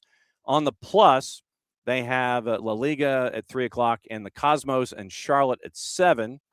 How will Charlotte Independence respond after what happened in their matchup on the weekend or on the midweek in an Open Cup? Fox ONE simulcasting the league we don't talk about along with Fox Soccer Plus. And you can sync up the broadcast with MLSNextPro.com, One Football, MLS YouTube with Crown Legacy and Atlanta United once again. Our pregame's at 6:30, kickoff at 7:03. English Championship, you have 4 games, including West Brom and Wrexham that kicked off at 10 o'clock. Coventry City, Derby County is at 3. Lincoln City, Imps, and AFC Wimbledon is going on right now in League One, as is Salford City, Notts County. That one is also at 10. Boys U15 semis at noon, U16 semis at 2:30 on the MLS's YouTube channel. On the women's side, Amazon Prime, NWSL, Orlando, and Angel City at 8.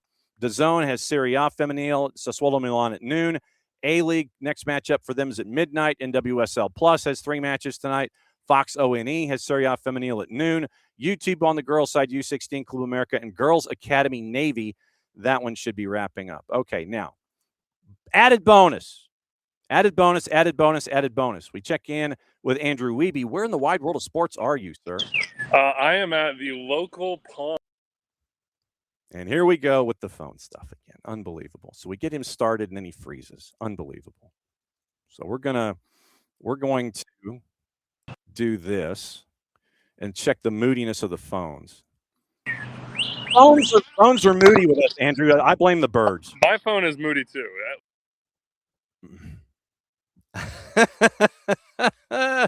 Oh, we're going to have, this is going to be an adventure. I can guarantee it. It's going to be an adventure. Wiebe froze, and it's going to be like this. It's going to be out of control. So, no, he,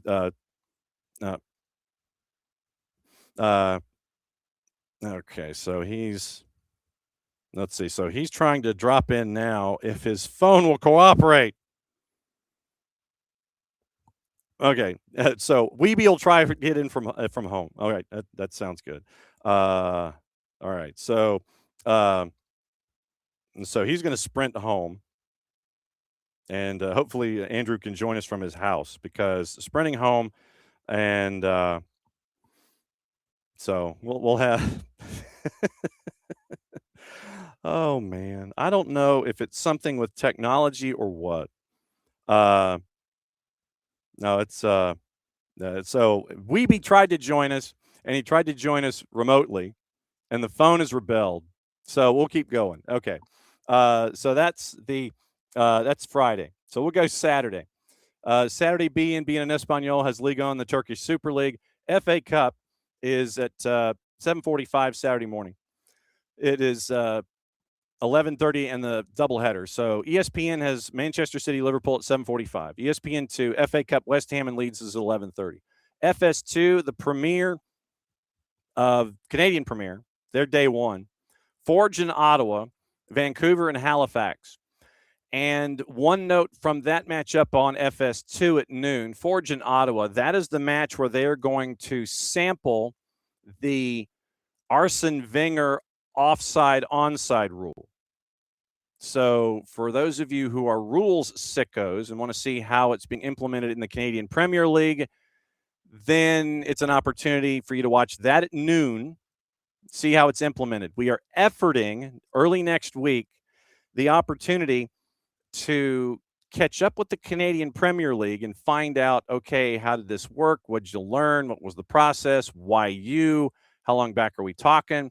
So early next week, we're going to try and find answers from our friends in the Canadian Premier League and had that work and see how it worked in the CPL this past weekend. So we'll try and figure that one out as we go.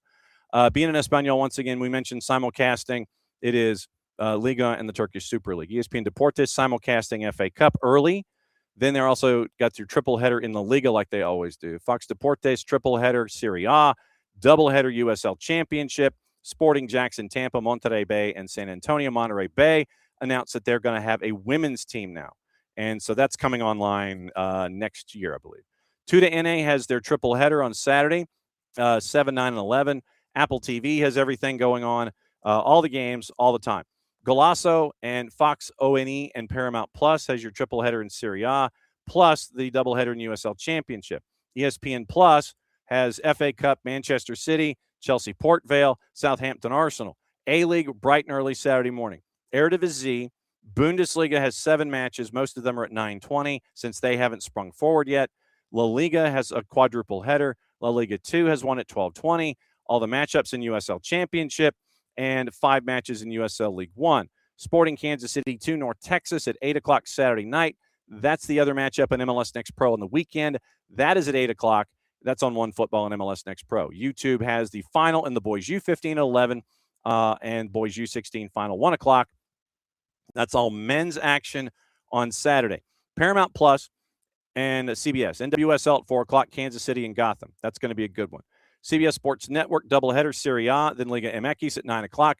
Ion NWSL is a doubleheader, 6:30 and 8:45. Fox Soccer Plus and ONE has Serie A at 10 o'clock. Peacock has a doubleheader in the Super League of the USL. YouTube Girls U16 Division final 8:30 in the morning. That gets us to Sunday. BN's got the French Liga and the Super League. Golasso, Fox, ONE, and Paramount Plus triple header Serie A. Fox Soccer Plus, Serie B at 11:15, including Calcio Padova and Frosinone. The league we don't talk about is at 2 o'clock on Sunday afternoon. CPL, 6 o'clock Pacific and Calvary. ESPN Deportes, quintuple header. La Liga on Sunday. Universo Liga MX at 10 o'clock. ESPN Plus, Eredivisie, FA Cup, West Ham and Leeds. Bundesliga doubleheader. La Liga quadruple header. La Liga 2 at 10 o'clock on Sunday. Women, Bay and Washington, 5 o'clock on ESPN2. Fox ONE doubleheader, or 2 games available, Liga MX. Peacock, Tampa Bay and Carolinas at 5. And then Monday, you have Polish League on BN. ESPN Deportes has La Liga. Serie B on Fox Soccer Plus. USL Super League on Peacock. So that's your rundown of anything and everything going on in television, where to watch it, and all the things. All the things. Swear. I swear, that's a lot. Brought to us by our friends at Fanatis, fntz.co/soccer down here. That link is important. Helps them, helps us, helps you. Adding more matches to everything you're already watching. With Fanatis, you get all the BNs, AFCON, CAF, AFC Champions League, Polish League, French League, and the Turkish League, and matches from Argentina, more leagues from across South America, A divisions and B divisions, all in one place, one subscription, one home at Fanatis, fntz.co/soccer down here. So there you go. All right, so that is the rundown of what to watch, people, and there's a lot to watch. There's a lot to watch this weekend. All right, now let's get you into news while we are waiting for the young and impressionable Andrew Wiebe to come and join us to be our last guest on the week. The Walmart Saturday Showdown actually is Atlanta and Crew. And so we'll find out what's on Wiebe's mind involving Atlanta and Crew and the Sunday Showdown with him. We'll get his thoughts on both of these clubs. So now, news, gossip, innuendo, and all the other things. Oh, it's all right. We haven't done gossip and innuendo yet. So who's going where, who might be going where, and who might be doing what. So soccer, we'll go and we'll find. Let's see. So we mentioned Enzo. We mentioned Gattuso. Guardiola was asked about his future, and, of course, he sidestepped it. Roberto De Zerbi has apologized for previous comments on Mason Greenwood now that he is in his new gig at Spurs. Also on the board, your trending rumors. Manchester United, Chelsea, Arsenal, Liverpool interested in Villa's midfielder Morgan Rogers, according to the three-letter paper. Reportedly open to leaving Villa Park, hopes to join a team competing for major trophies, while Villa's hierarchy this summer see it as the right time to part ways. Any potential deal expected to require a transfer fee worth of in excess of £80 million after he signed the 6-year deal until 2031. Spurs have joined Liverpool and Manchester United in the race to sign Fulham's Harry Wilson on a free, according to Team Talk. 29-year-olds attracted attention from multiple clubs following 10+6 in 29 matches. Roberto De Zerbi ID'd him as one of the first potential squad reinforcements. Officials from both Anfield and Old Trafford keeping tabs. Liverpool looking at signing Brighton midfielder Carlos Baleba and Anthony Gordon as they rebuild their squad this summer. The three-letter paper says 7 players expected to be moved on, Alexis and Cody Gakpo among those that could leave. Reds are reportedly prioritizing the acquisition of holding midfielder, have placed Baleba on the short list, Gordon as a replacement for Gakpo, and though a move for either is likely to require an offer of over £80 million. The league we don't talk about has made fresh contact with Mo Salah's reps. No shock. Arsenal defender Ricardo Calafiori attracting strong interest from Juve, according to Gazzetta dello Sport. Juve keen to add more Italy internationals to the squad. Calafiori ID'd is the first they want to sign in the new window. But that report also from Gazzetta says any deal could hinge on whether Calafiori pushes for a switch from Arsenal. Also on the board, Romelu Lukaku ID'd by Fenerbahce as a potential future replacement for Victor Osimhen. That's from Gazzetta. Florian Plettenberg, Barcelona in talks with reps of Internazionale center back Bastoni, but they need to offload before they can make a formal approach. AS, Real Madrid continuing to monitor the situation of Borussia Dortmund center back Nico Schlotterbeck. Florian Plettenberg, Liverpool has a strong chance of signing Ibrahima Konate to a new contract despite interest from several top clubs. Everton, according to the 4-letter paper, optimistic of landing on loan Manchester City attacking forward Jack Grealish on a permanent. Fabrizio Romano says Manchester City have presented a contract offer to Rodri, who's on the radar of Real Madrid. UOL says Flamengo are considering a move from Roma for Paulo Dybala, who's been linked to Boca Juniors. Fabrizio Romano also saying Atletico de Madrid have agreed to personal terms with Atalanta midfielder Ederson. Keen on a move to the Wanda Metropolitano, despite interest from Manchester City and Manchester United. Ekrem Konur, Arsenal and Newcastle among the teams interested in Real Madrid forward Gonzalo Garcia. Gazzetta again. Juve restarted contract talks with the reps of Dusan Vlahovic. Calcio Mercato, AC Milan close to sealing an agreement with defender Fikayo Tomori on a new deal through the summer 2030. Juve recently sent scouts to watch Real Valladolid attacking midfielder Chuki, Chuki, who has 2 months left on his deal, and Leeds defender Pascal Struijk is attracting interest from Newcastle, Villa, and Spurs, according to Team Talk. So that's that is your gossip on the morning. that we're looking at when it comes to players and the ends of their season. So now, looking at news, we mentioned that FIFA's raised the top ticket price for the final to just under $11,000. Last time around, it was $1,600. $1,600 up to just under $11,000 at the Meadowlands in 26. Now, we mentioned once again Chelsea knocking off Arsenal in the matchup in the second leg for Women's Champions League. Arsenal won at 3-2 on aggregate. Suzanne Rack was at Stamford Bridge. Sonia Bonpastor blasted the refs, saying that they were not good enough after she was shown 2 yellow cards after Katie McCabe's hair pull on Alyssa Thompson in the end of their quarterfinals in the second leg. Arsenal, once again, they move on. They're going to play the winner of their Lyon and Wolfsburg. And so Bonpastor, I was emotional because I think it's clear for everyone. I had one of my players whose hair was pulled. I can probably understand that the referee sometimes can't see that, but I don't understand. Not the first time now. It was the same a week ago, parenthesis, when Veerle Berman's goal incorrectly ruled out by the ref, decision not overturned by VAR. Bonpastor continued. She goes, why the VAR is not checking that situation? Why are they not going back to that? Just checking and having a clear call on that. And so Suki Nuskin's injury time strike gave Chelsea hope, not enough. On the break after the goal, McCabe dragged Thompson down by the hair. The Danish ref waved away the furious appeals for a red. Bonpastor criticized UEFA for telling Sky they were happy with their ref selection process following last week's incident, reeling off a list of Champions League incidents that have cost them. And there's a great picture from Getty where Sonia Bonpastor is on fire. Bonpastor continued. She goes, if they're happy with what happened in the first leg and tonight, that's not good enough. Shouldn't be happy about that. Clear for everyone. The only thing we can do is talk about it. I don't think it'll change anything, really, which is really annoying, but I have to mention it just in respect for my players because I think at the end it's tough for them. She also hit back at McCabe's claim that the hair pull was unintentional. Republic of Ireland International posted shortly after the game she wanted to, quote, clarify that I was genuinely reaching for the shirt. I wouldn't ever want to pull someone's hair. Full respect to Thompson. Bonpastor said, quote, I think the intention's clear for me. She tried to grab the hair. And I think for that reason, it's clearly a red card.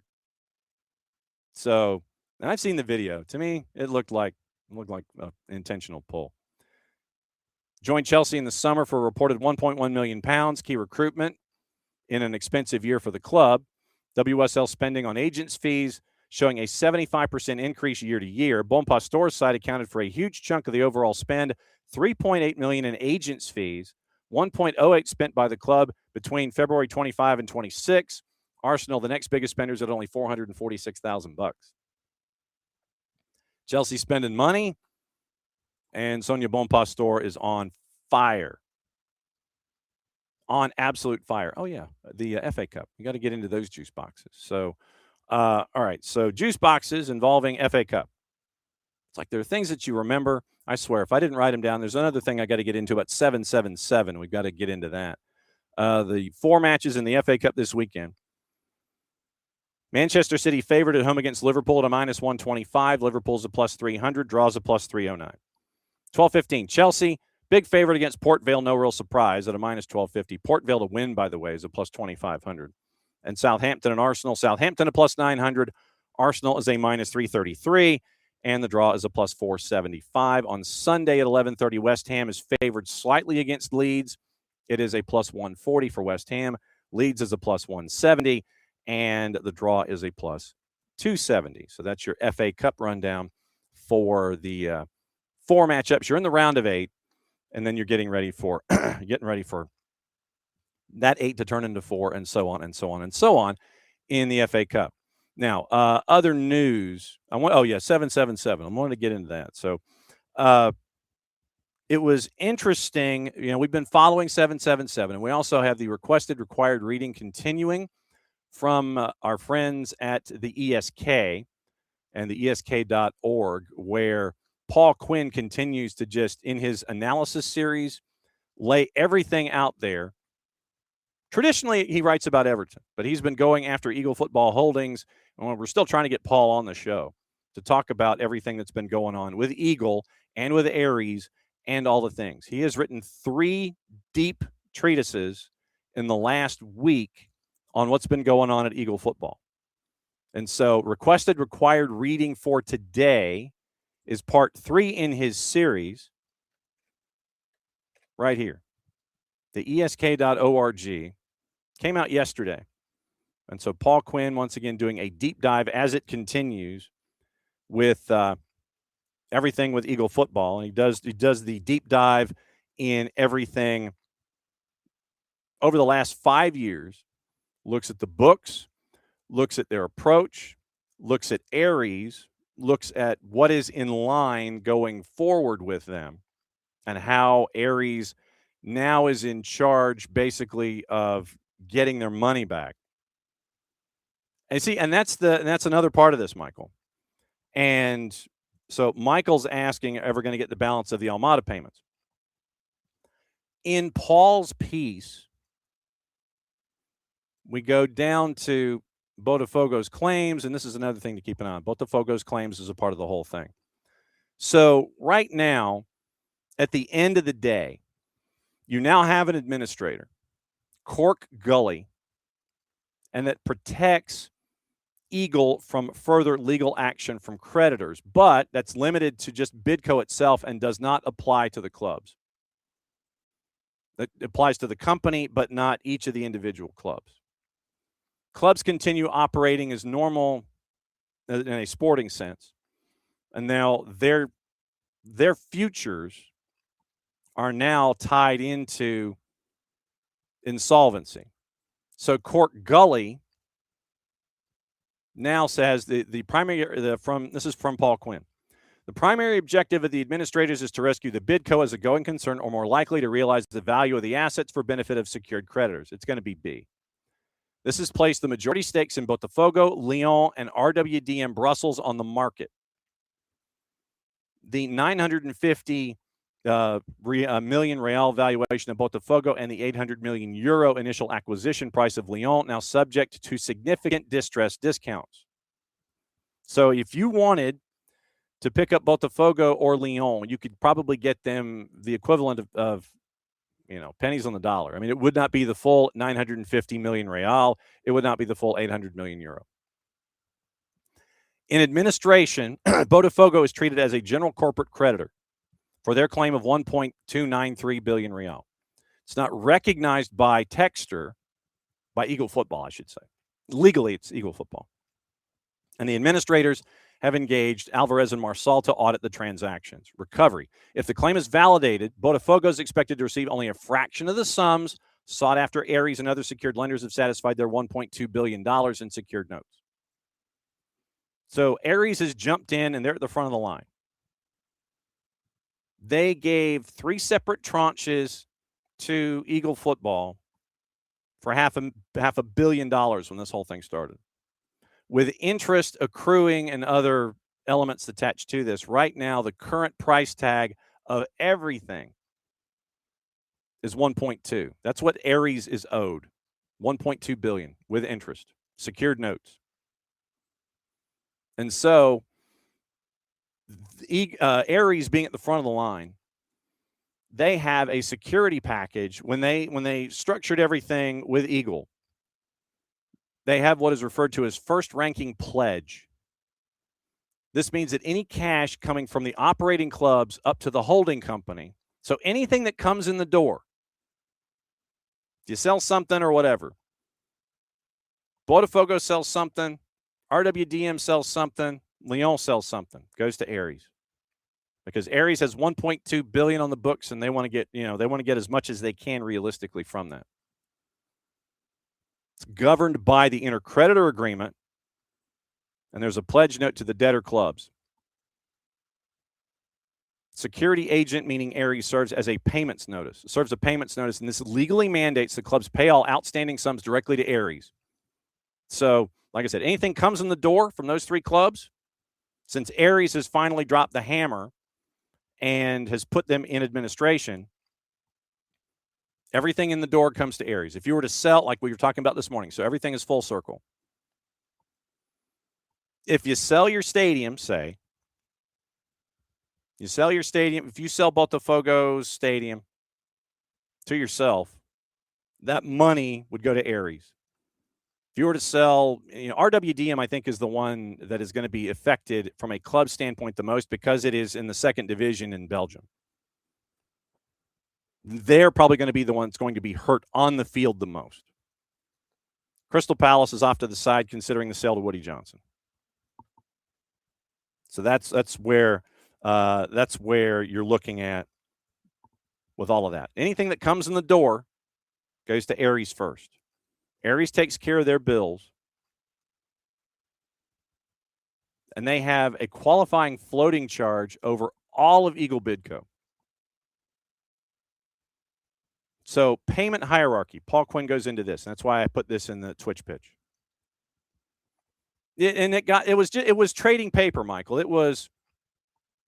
It literally, Michael, was one of those where you're shifting assets from one place to the other, kind of like what we're seeing with Chelsea and the stadia and Newcastle and selling a stadium to yourself. You're shifting paper, basically. And when Lyon got relegated provisionally, that was when Texter was like, well, I could just shift some stuff from Botafogo and their bottom line to help pay Lyon. And the taxman in France was like, no, that's not how this works. It had to be legitimate assets that were garnered with Lyon. So repayment hierarchy goes like this. Fixed charge holders, Aries, administrator costs, court gullies, fees, and legal expenses. Preferential creditors is number 3, and that's probably where Atlanta United fits into this. So after Aries gets theirs, the administrator gets theirs, then I think Atlanta United is probably first in line in column number in section 3. After them, it's floating charge holders, which is Aries again, unsecured creditors.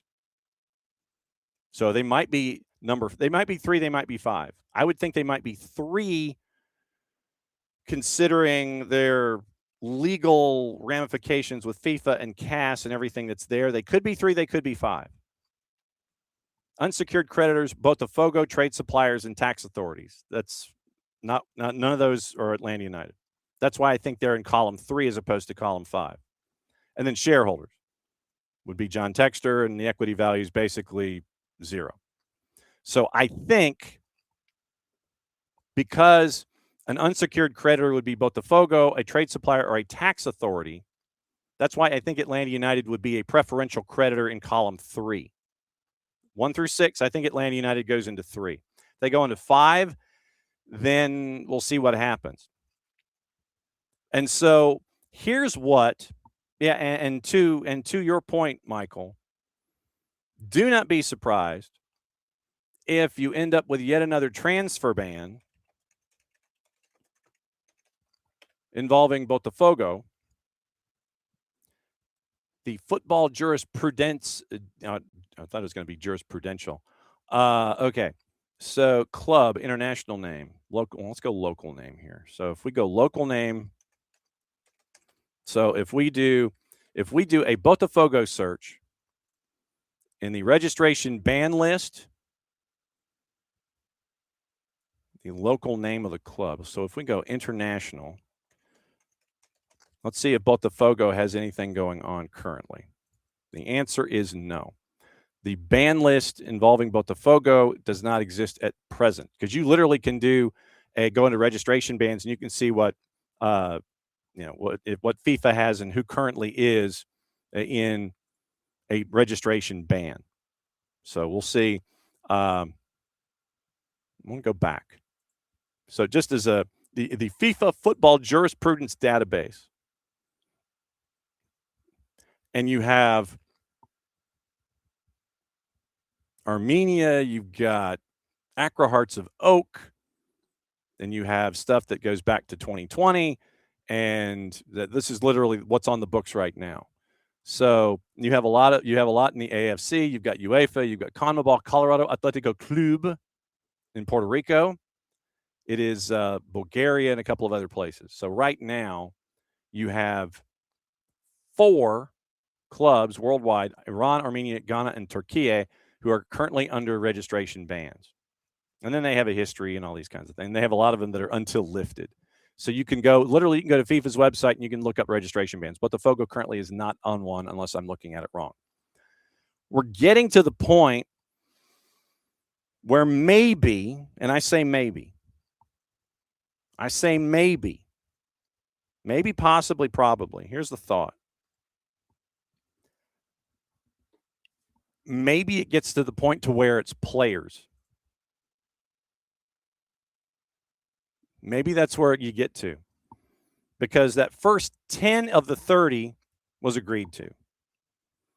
And then you still had that 20 on the board, but now you've got interest accruing. So maybe it gets to the point to where Atlanta United gets it in the form of players to whittle down the balance. Just a thought. We mentioned this as well when we're talking about other folks that are kind of piecing things together by whole cloth. Paul Brown, who we know from our friends at Yosemar Football, the investigative group out of Norway. Stephen Pascoe of 777, who would have been on Everton's board had their takeover succeeded, has been permanently barred from serving as an officer or director of any public issuer of securities by a New York court. Charged in a civil case brought by the SEC with fraudulently raising capital, misleading investors, diverting funds for personal use, still faces significant financial penalties and potential disgorgement of ill-gotten gains. Yikes. Criminal charges brought against Josh Wander and former CFO Damian Alfala in a relation to a $500 million alleged fraud at 777, but not against Pascoe. So that is all the talk that we were having with 777. That's kind of where we are with that right now. So that's kind of what you're looking at in some situations. So Paul Brown writes that for Yosemar Football, and so we'll keep an eye on that too. I'm trying to think and see if there's anything else going on. Once again, quick reminders.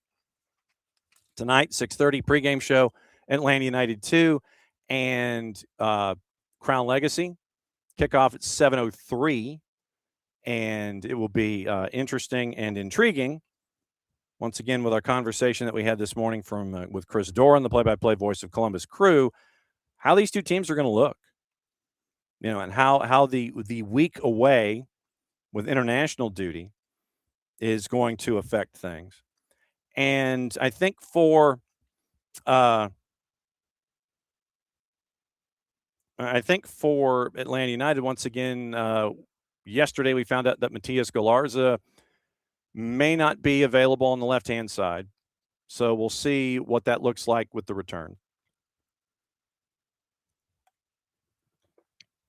And then also, sorry, I've been talking for a while. I was not properly hydrated. Learning from Chris Doran about where things have been with Crew, and then from there, where they are in this whole process. And it was interesting to hear him talk about Henrik Rydström and where Rydström has Rossi out in a 4-4-2-ish kind of a thing.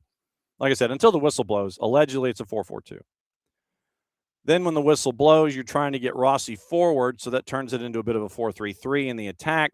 But with Wessam Abu Ali on the left-hand side, you need service from Rossi and you need service from Arfston to work your way forward. Rossi not necessarily the most comfortable on that right-hand side at the moment. Rossi likes to go inside. Wes likes to move inside. To me, that's a car crash, and that's why I brought that up with Chris Doran when it comes to Columbus and everything that they have. Once again, only scoring one goal last month, period. Defense coming around. Offense after those first two matches trying to figure itself out.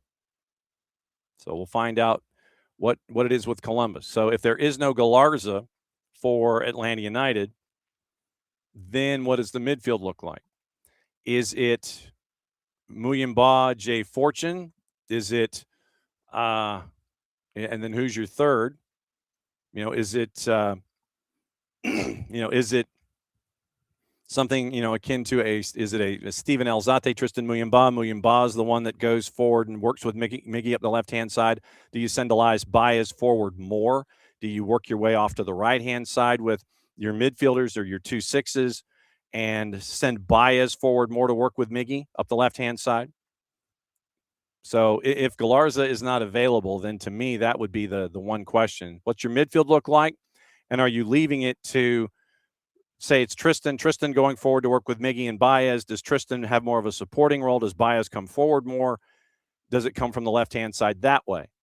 I mean, we pretty much, I think, have the back line figured out for Atlanta at the moment. Juan Barracall was listed as being healthier. But the thing is, and this is a conversation that we have had with, when I've had conversations with Abe Gordon, what do you do in the midfield? I'm trying to see what the latest notes were from Children's Healthcare of Atlanta Training Ground when it came to personnel. So you're looking at, that kind of an idea. What does the midfield look like? What does the midfield look like for Atlanta United? And so once again, for those who might have missed it, Matias Galarza is having to resecure his visa. He left the country to go play for Paraguay in Europe, and now he has to go back to Paraguay to secure the visa to work in the United States. So every time you go out, you've got to secure it for the country that you are working in and then come back and do it all over again. So Galarza, not available. Fortune and Riley are. Barracall is back. But do you go with the center back pairing of Anami High and Stian Gregerson, because they seem to be the hot hand right now? And so that would be kind of what I'm looking at. It might be something along the lines of Tomas Jacob, then you have Mihai and Gregerson, and then you have Elias Baez. But then midfield, you've got Tristan, and then you've got Jay maybe. Can Jay give me 45 to start? Is it Alzate to start, and then Fortune coming off the bench? And then you've got, obviously, Latte Lot up top, and then you've got your midfield once again, Alexi, and you've got Alexi and Miggy as a part of that work going forward. So for me, that once with the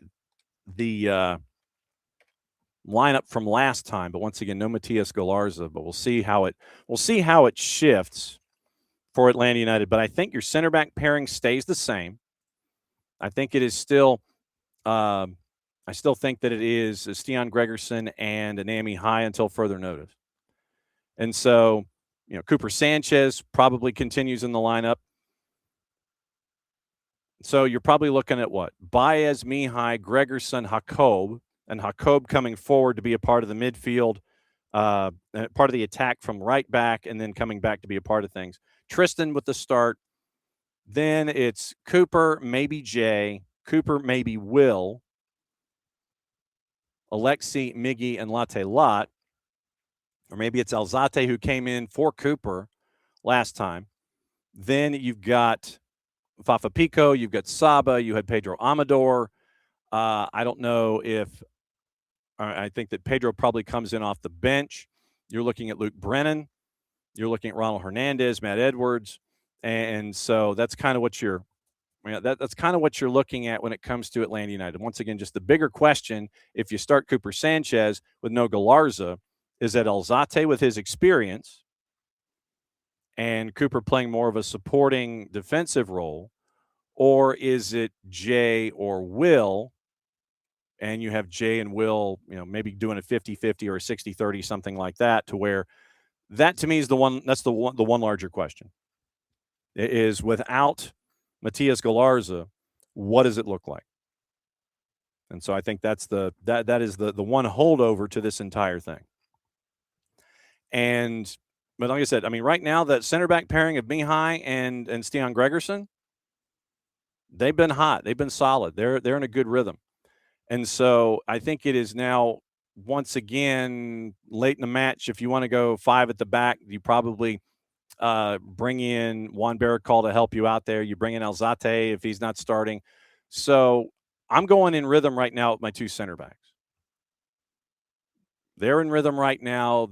And for those of you that go into the building early and will be able to watch 3 for 3, broke it down from the last two matches and got to give you an idea as to really just all of the defensive contributions that those two are making together with them as that pairing over the last two matches. So we broke down the numbers, and you'll get the opportunity to see just how many defensive contributions those two have been making and that they made in the last two games. So I talked about life up the left-hand side with what we're seeing from Baez, Galarza, and Miggy.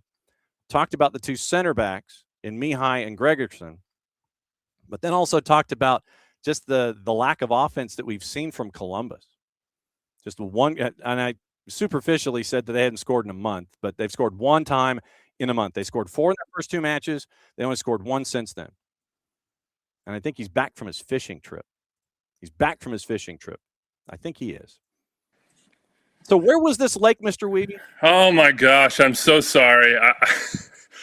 I have a kid off school. My 5-year-old's off school. He's obsessed with fishing, and he woke up this morning and he said, "Dad, I don't have to go to school. Are you going to take me fishing today?" And I said, "You know what, buddy, we're going fishing."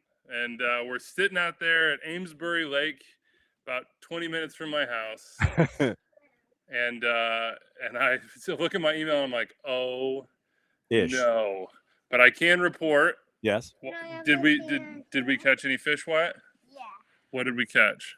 A sunfish and a bass. Yes, we got a green sunfish and a bass. There you go. So that was a successful trip. Can I have it? If you play nicely for 15 minutes, you may have it. Welcome to my life as a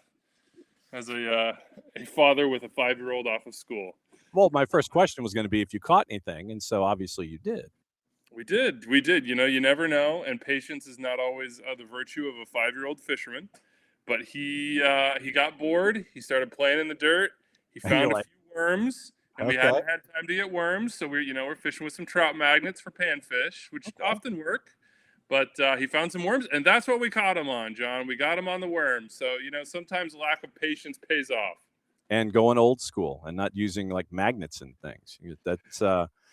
That's very cool that you got to have those moments like that. But the last time I went fishing, full disclosure, the hook ended up in my finger, and I was like, "Yeah, I don't think I'm made out for this. We're just going to put this over here." Yep, you get a barb in your finger, and that has a tendency to change some of your opinions on fishing. I'll tell you what, I'm consistently concerned that my 5 and 8-year-old are going to put a hook in themselves, and so far the only person they've put a hook in is me. So, as long as they don't put it in themselves, I figure I can handle that no problem. But it's listen, the perks of this job are twofold. One of the big perks is that I get to be standing between 2 managers and right behind a 4th official and listening and watching and feeling the intensity and the action. Last year every Sunday on Sunday Night Soccer. This year I'm fortunate to be on Walmart Saturday Showdown. But there is nothing. It is truly the best seat in the house that I have, and that's the same as during the week when I get to take my sons to soccer practice and go fishing and spend that quality time with them. And so I'm living a pretty blessed life here in terms of soccer and family and everything in between. All right. So what's study hall been like for you this week, getting ready for this weekend? Well, study hall is always going to be a full watch of both of the teams' matches, previous matches, in this case, obviously Atlanta and Columbus. And then I'm going to go back and read and listen to just about as much as I possibly can in terms of what both teams are talking about, what they're thinking, what they're feeling. I approach sideline in a little bit of a different way than I think than some. I feel like it's my job to accumulate as many stories as I can. And what I would tell people who are watching the games that I'm on is that you're getting about maybe 10% of the information that I've gathered. Mm-hmm. If we're fortunate, more, but on any given day, about 10%. So on a week like this, let's see, I did 1v1s with Steven Moreira. I did 1v1s with Stian Gregerson, with Tristan Mayumba, with Patrick Schulte. And one more that I'm forgetting now on the Columbus side. But I had about 6 1v1s with the crew before their scoreless draw against the Fire. Didn't use any of it. Didn't use any of it. The game just didn't give me the moments. So, if you're watching on Saturday, listen for a few really good stories, some really good insight into personal conversations with these guys, and then I'm your spy on the field. I'm down there. I'm flipping my earpiece out. I'm eavesdropping. I'm listening. These coaches know it. They know that I'm listening, but they've got to do their jobs, and I'm going to communicate every single thing I can possible back to the audience, and before that, back to my producer who can pass it on to the guys in the booth to make sure that you know what's happening down there, that you know the intricacies. If Nate and Devin are on the game this week, and normally I'm with Steve and Danny, but if I hear Danny or Devin talking about a certain tactical nuance or about a storyline that they're watching, I am eagle-eyed. I am owl-eared in the sense of I want to hear what the coaches are saying about that thing. I want to see what the players are doing as it relates to that. I want to be able to bring it back to what those guys are talking about and say, hey, I heard you saying this. Here's what's happening on the field. So I really do consider myself sort of a two-man gang in the sense that I'm a spy. I'm going to tell you exactly what I'm hearing and seeing on the field. But then I'm the most curious guy in MLS, and I want to talk to these players and understand who they are and what they are, what they're thinking, what the vibes are in a group, and how I can communicate that to you if something happens on the field that reflects it. Yeah, I've always viewed the more successful sideline reporters, and I'll put those in quotes, as literally the third person in the booth, because you're downstairs and there are things that you hear that they don't, and you get that opportunity to express what's going on downstairs and be added to that whole conversation. And I think you're spot on. Literally 10% of the research that we do on the sidelines might get on the air. Maybe. Yeah. It's a maybe. But, that the beauty of it for me is that I don't come out of a game saying, oh, my God, I didn't get all these great nuggets in. I come out of a game saying, I'm going to get that team again. I'm going to have an opportunity to do it again. And I would do it even if I wasn't going to communicate it on the broadcast, because that's how much of a sicko I am. Like, this is just scratching my personal itch. I want to know. I want to talk to Steven Moreira about what it was like to be with Cape Verde this international break. I want to talk to Tristan Mayumba and say, listen, what is Cooper Sanchez really like? What's his ceiling? Pro to pro, peer to peer, veteran to 18-year-old, freshly minted. I want those sort of moments with these guys. So, if I'm fortunate and the game gives us what we want, I'll communicate it. If not, I'll come on shows like this and pass some nuggets along, or I'll sit on it and just cherish those sicko tidbits close to my sicko heart. Yes, and then you'll sit there and you'll taunt me with your sicko tidbits and go, I didn't get to say this. You're just going to have to listen, or I'm just going to have to come back. No taunting. No, it's not intentional taunting. I have these tidbits. Would you like your tidbit? Would you like to sample these tidbits? Yes. All right. So now that you've been looking at things kind of off the field, what is your impression of Cooper Sanchez? Obviously, we're really high on him. We've covered him at SDH with his time from the academy with the twos. Not intimidated by his surroundings at all. He's basically going to sit there and look at you and go, yeah, okay, bring it. I don't care. So what are your thoughts of Cooper? Yeah, my one word that I was going to come with before you sort of set the table for me to put it on the plate is just fearless. There's a lot of 17-year-old kids that believe in themselves and have thrived at the lower levels and at the academy level. But when you hit that big stadium and you hit players that are just, at a different level than you're accustomed to, sometimes it's not doubt, but it's a little bit of reticence can creep in. It's a little bit of like, hey, I'm going to make a safe play. And when I watch Cooper Sanchez right now, I don't see a kid, and he is a kid who's saying to himself, I got to make the safe play. He is already at a point to me where he is willing to take the risks that are necessary and pay the price for those risks, but also respond to both success and failure in the right way. Like, I see his ability to drive forward is really good. He's really his turn in that little pocket space, and not just turn and then say, okay, I got to get rid of the ball. Turn and I'm going to take what's given to me. Those are the things that I'm noticing right now. Just like that little extra bit of aggression, that when the timing, when the rhythm, when the familiarity with his teammates, when get accustomed to a level, you're going to start seeing even more of that come out and even more of those really bright moments shine. And we're already seeing them 5 games in. And there's no better there's no better sort of affirmation of his ability, talent, and personality than Tata Martino putting him in the lineup 5 straight games out the jump. Like, listen, Tata's not going to do that if he doesn't think you've got it. And he's certainly letting him play through some mistakes, but there's a lot more good that I see than bad. Well, and that's part of what Tata wants, is that he wants this group to fail forward. We had Michael Parkhurst on the show earlier today, and it's like, I want you to fail going forward and being aggressive toward the other goal. If you're failing going backward and you're failing in retreat, that's not what I'm hunting for here. I want you to be aggressive. I want you to think this way. I don't want you to think this way. And you're seeing that from a 17-year-old who, it's like, yeah, okay, great, cool. We expect that from him. That's absolutely going to be part of his game. And when I talked to Stian and Tristan, one of the big things I was asking them about is just like, hey, vibe shift. Like, everything that you had on your shoulders last year, everything that was percolating through this club in this locker room, and now Tata comes in. What's the vibe shift? And that was their biggest thing. Was one, everything's very clear.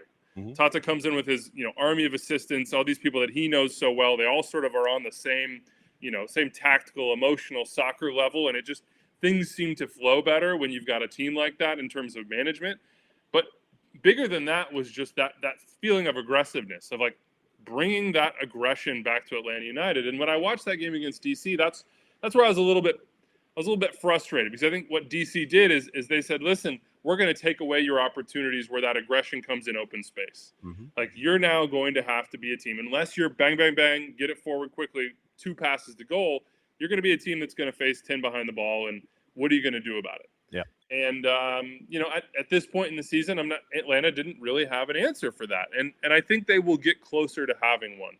But the Tata I remember from Atlanta, the Tata I know from Mexico, is a guy who wants to, is dedicated to playing on the front foot and accepts that comes with some blips and some price tags. And we've seen those already.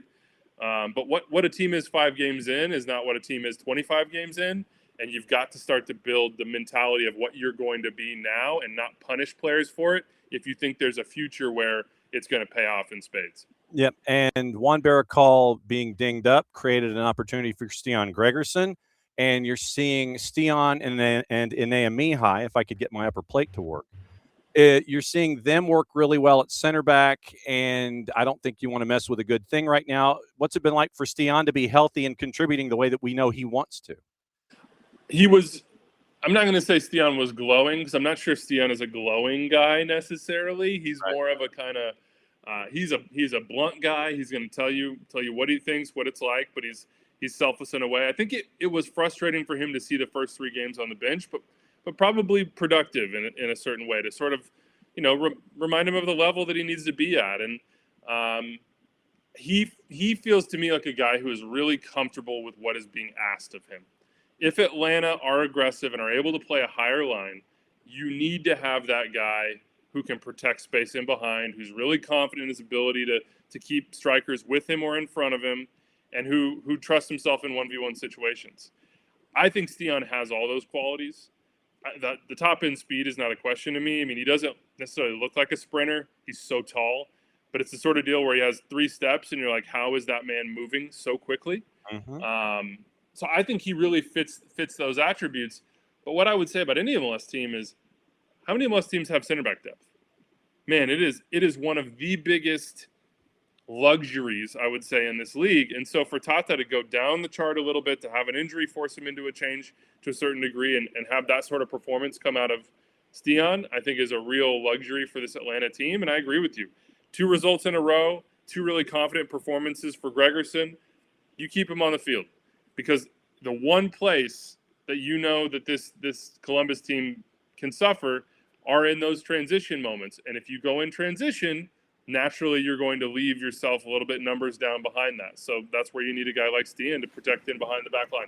Yep. And when you've got a free safety and a strong safety like you've got in Mihai and Gregerson that can really, get that receiver and lock him down, that's going to be the fun part. One more thing before. Set pieces too tight? Yes. Yep. Set piece. Okay. So you mentioned your research. I'm going to show you, me, and this is just from the football championships that we had here back in December. This is one of 2 books. That is one of 2 books. You see how thick that is. Woo. That is part of research. That is one book. It was, how many championships was it? It was 13 championships in 4 days. Here's book number 2. Oh, Lord. So, yeah, so that's kind of how it comes to when you mentioned only getting about 10% put in there. It's about 10% that's put in there. And literally, that was the research I did for the high school football championships. And I've always kept those books just to give you an idea. So, no, I know of which you speak, sir, when it comes to research. Yes, it is. It's interesting. You bake the cake, and then you're just hoping to eat a piece. You know what I mean? And the nice thing about it is you're hoping to eat the best piece, right? And the game sometimes has to dictate what it is that you're going to consume and what the audience gets to hear about. And I really hope that this game gives us some opportunities to wax poetic a little bit about both of these teams and the players they're in. It's such an interesting matchup to me because of the nature of transition within both clubs. You know, Atlanta are going through yet another big transition, but one back to something that they know and they love and they trust. And, you know, Tata, it's a sequel. You know, sometimes the sequels aren't as good as the first movie. I'm very curious to see what Tata is able to do in this iteration of Atlanta United, particularly with DPs that, other than Miguel, maybe wouldn't be I'm not saying he wouldn't choose them, but he wasn't a part of the group that did choose them. And then on the flip side, you know, Wilfred was such a unique and foundational piece of what the crew built that when you change in any way, certainly with having him leave, even if Henrik Rubstrom had many of the same attributes that they saw in his teams in Scandinavia, you naturally are stuck between 2 minds. And when I talk to the crew players right now, they are in between 2 tactical interpretations, in between 2, you know, emotional and psychological personalities, in between 2 eras, and they're trying to move to the next one. So I think this is a game that we don't often see it 6 games into the regular season, a game that is going to have some desperation, is going to have some like, hey, our season is maybe not completely on the line here, but our ability to build momentum certainly is, and we've got to find something, and we've got to find it quick. And I hope both teams approach the game like that and kind of throw caution to the wind just a little bit to give us, you know, the track meet that we've seen in the past between these 2 teams. All right, so when are you leaving to head this way? I come down, you know, the beautiful thing about Atlanta is we got those nice direct flights. So I'm going to come down tomorrow morning, very, very bright and early, and I'll do some walking around, and I'll go get a coffee and maybe go work out, go over my notes, and then be at the stadium early afternoon, and looking forward to hopefully one of those days in the bins, of which I've had many, that you just don't forget. Yep, and we will see you there when you get here. It is AppleTV's version of Roland Martin or Bill Dance, Andrew Wiebe. Oh, wow. Listen, I think Roland or Bill would have pulled a couple out of that pond personally, and maybe wouldn't have had to use worms, but hey, we got 2. We got 2, John, so that's a successful morning. Yep. So it's Nate, DK, and Andrew coming up here, being here at Mercedes-Benz. We will see you. Safe travels, my friend. We'll see you here tomorrow, and it was great catching up with you. Don't be a stranger. Yeah. We'll see you tomorrow. Thanks, John. There he goes. He's going to go maybe catch more fish or something. I might. Yeah, just go cook what you got. All right, that's Andrew. Once again, thanks to Andrew for being really a great sport and doing this after he was spending time with his 5-year-old son this morning. He's here. He's coming down, so he'll be a part of it with Nate Bucati, Devin Kerr, Andrew Wiebe, Saturday showcase, and that's going to be really cool to see him when he comes down here tomorrow. Okay, I think that's everything. I think it is. I think that's everything. Anyway, once again, broadcast plans today, 6:30 pregame for Atlanta United 2 here on the network, 7:03 kick, and Jason will be on the call. I'll be with you for halftime and pregame to lay out everything in MLS Next Pro, including Chattanooga FC's run in Open Cup. We'll get into that too. Then tomorrow it is 7:40 kick, which means 6:30 pregame. Abe and Maddie, Five Stripes Countdown, 92.9 the game in the Odyssey app. I think. Hang on, I'm gonna double check. So I think it's 92.9 the game. I think it is. So I want to make sure, just so we make sure that we're on the right network. I don't want to spin you someplace that it's not. So I think it's 92.9 the game. I think so. I think it is. 92.9 the game in the Odyssey app. And that will be Mike and Jason with the call starting at 7:40. And then Abe and I will have the full-time report after the match. We'll carry you through. We'll get you ready for all that stuff. And then our high school coverage kicks back in on Tuesday, and we're off and running again. So thanks to Andrew for coming in after fishing. I know that was was huge on his part, spending time with his son before he hops on a plane. Thanks to Michael Parkhurst. Thanks to Chris Doran, play-by-play voice of Columbus Crew. Thanks to all of y'all for being a part of it, as you always are. Let me say hi to everybody before we get out of here and do it for yet another week. Morning, Michael. It's been fun, as always, to see you when you're walking the dogs through the neighborhood, because Michael is about a good 5-iron away from Studio HD in the real world. So it is Michael. It is Abby. It is, let's see who else is in this morning. Morning, Alex. Morning, Dell. And Dell, thank you for the question with Michael Parkhurst. Morning, Wiley. Morning, Lokeville. And let's see, who else am I missing in here? Did we get everybody? So it's Abby and Michael. Morning, Ropes. Ropes was in here this morning. Glad to see that. And Geo collects PR. This is new. Geo, don't be a stranger. Don't be a stranger, Geo. Glad you were in here this morning. Morning, Alex. Morning, Ricky. And let's see, who else is in here? Is there anybody else? Morning, D. Graham. Glad you guys were in here as well. So thanks to all of you folks for hanging out with us, as you always do. And back at it again on Monday from here, but from the studios tonight for the twos, and then at Mercedes-Benz for another couple of months before we have to call it Atlanta Stadium for Atlanta United and Columbus Crew. So thanks to all the guests today. Thanks to all the guests all week. And we'll be back at it tonight, 6:30 pregame for Atlanta United 2 and Crown Legacy. So since it is the end of yet another week here at SDH and SDH AM, we've gone long these last two couple of shows. It is always fun to be with you every single day to share everything going on in and around the sport of soccer. But since it's the end of another week, here's how we wrap it up. Mucho platiel, play it safe. We'll catch up with you tonight. The war was on. The keys on the typewriter had sharp points that kept sticking into our fingers. The dictating equipment started asking us questions, and our beepers sent electric shocks just through our body like a cattle prod. Out in the warehouse, the trucks kept banging into the docks, not even thinking about stopping. Oh, our frail bodies were strapped to the chairs, and our chairs were chained to the desks. Our pleas for justice were ignored, and the end seemed near. But we busted our slave drivers' little bitty balls. We've charged out of their brick fortress. The streets are ours because it's Friday.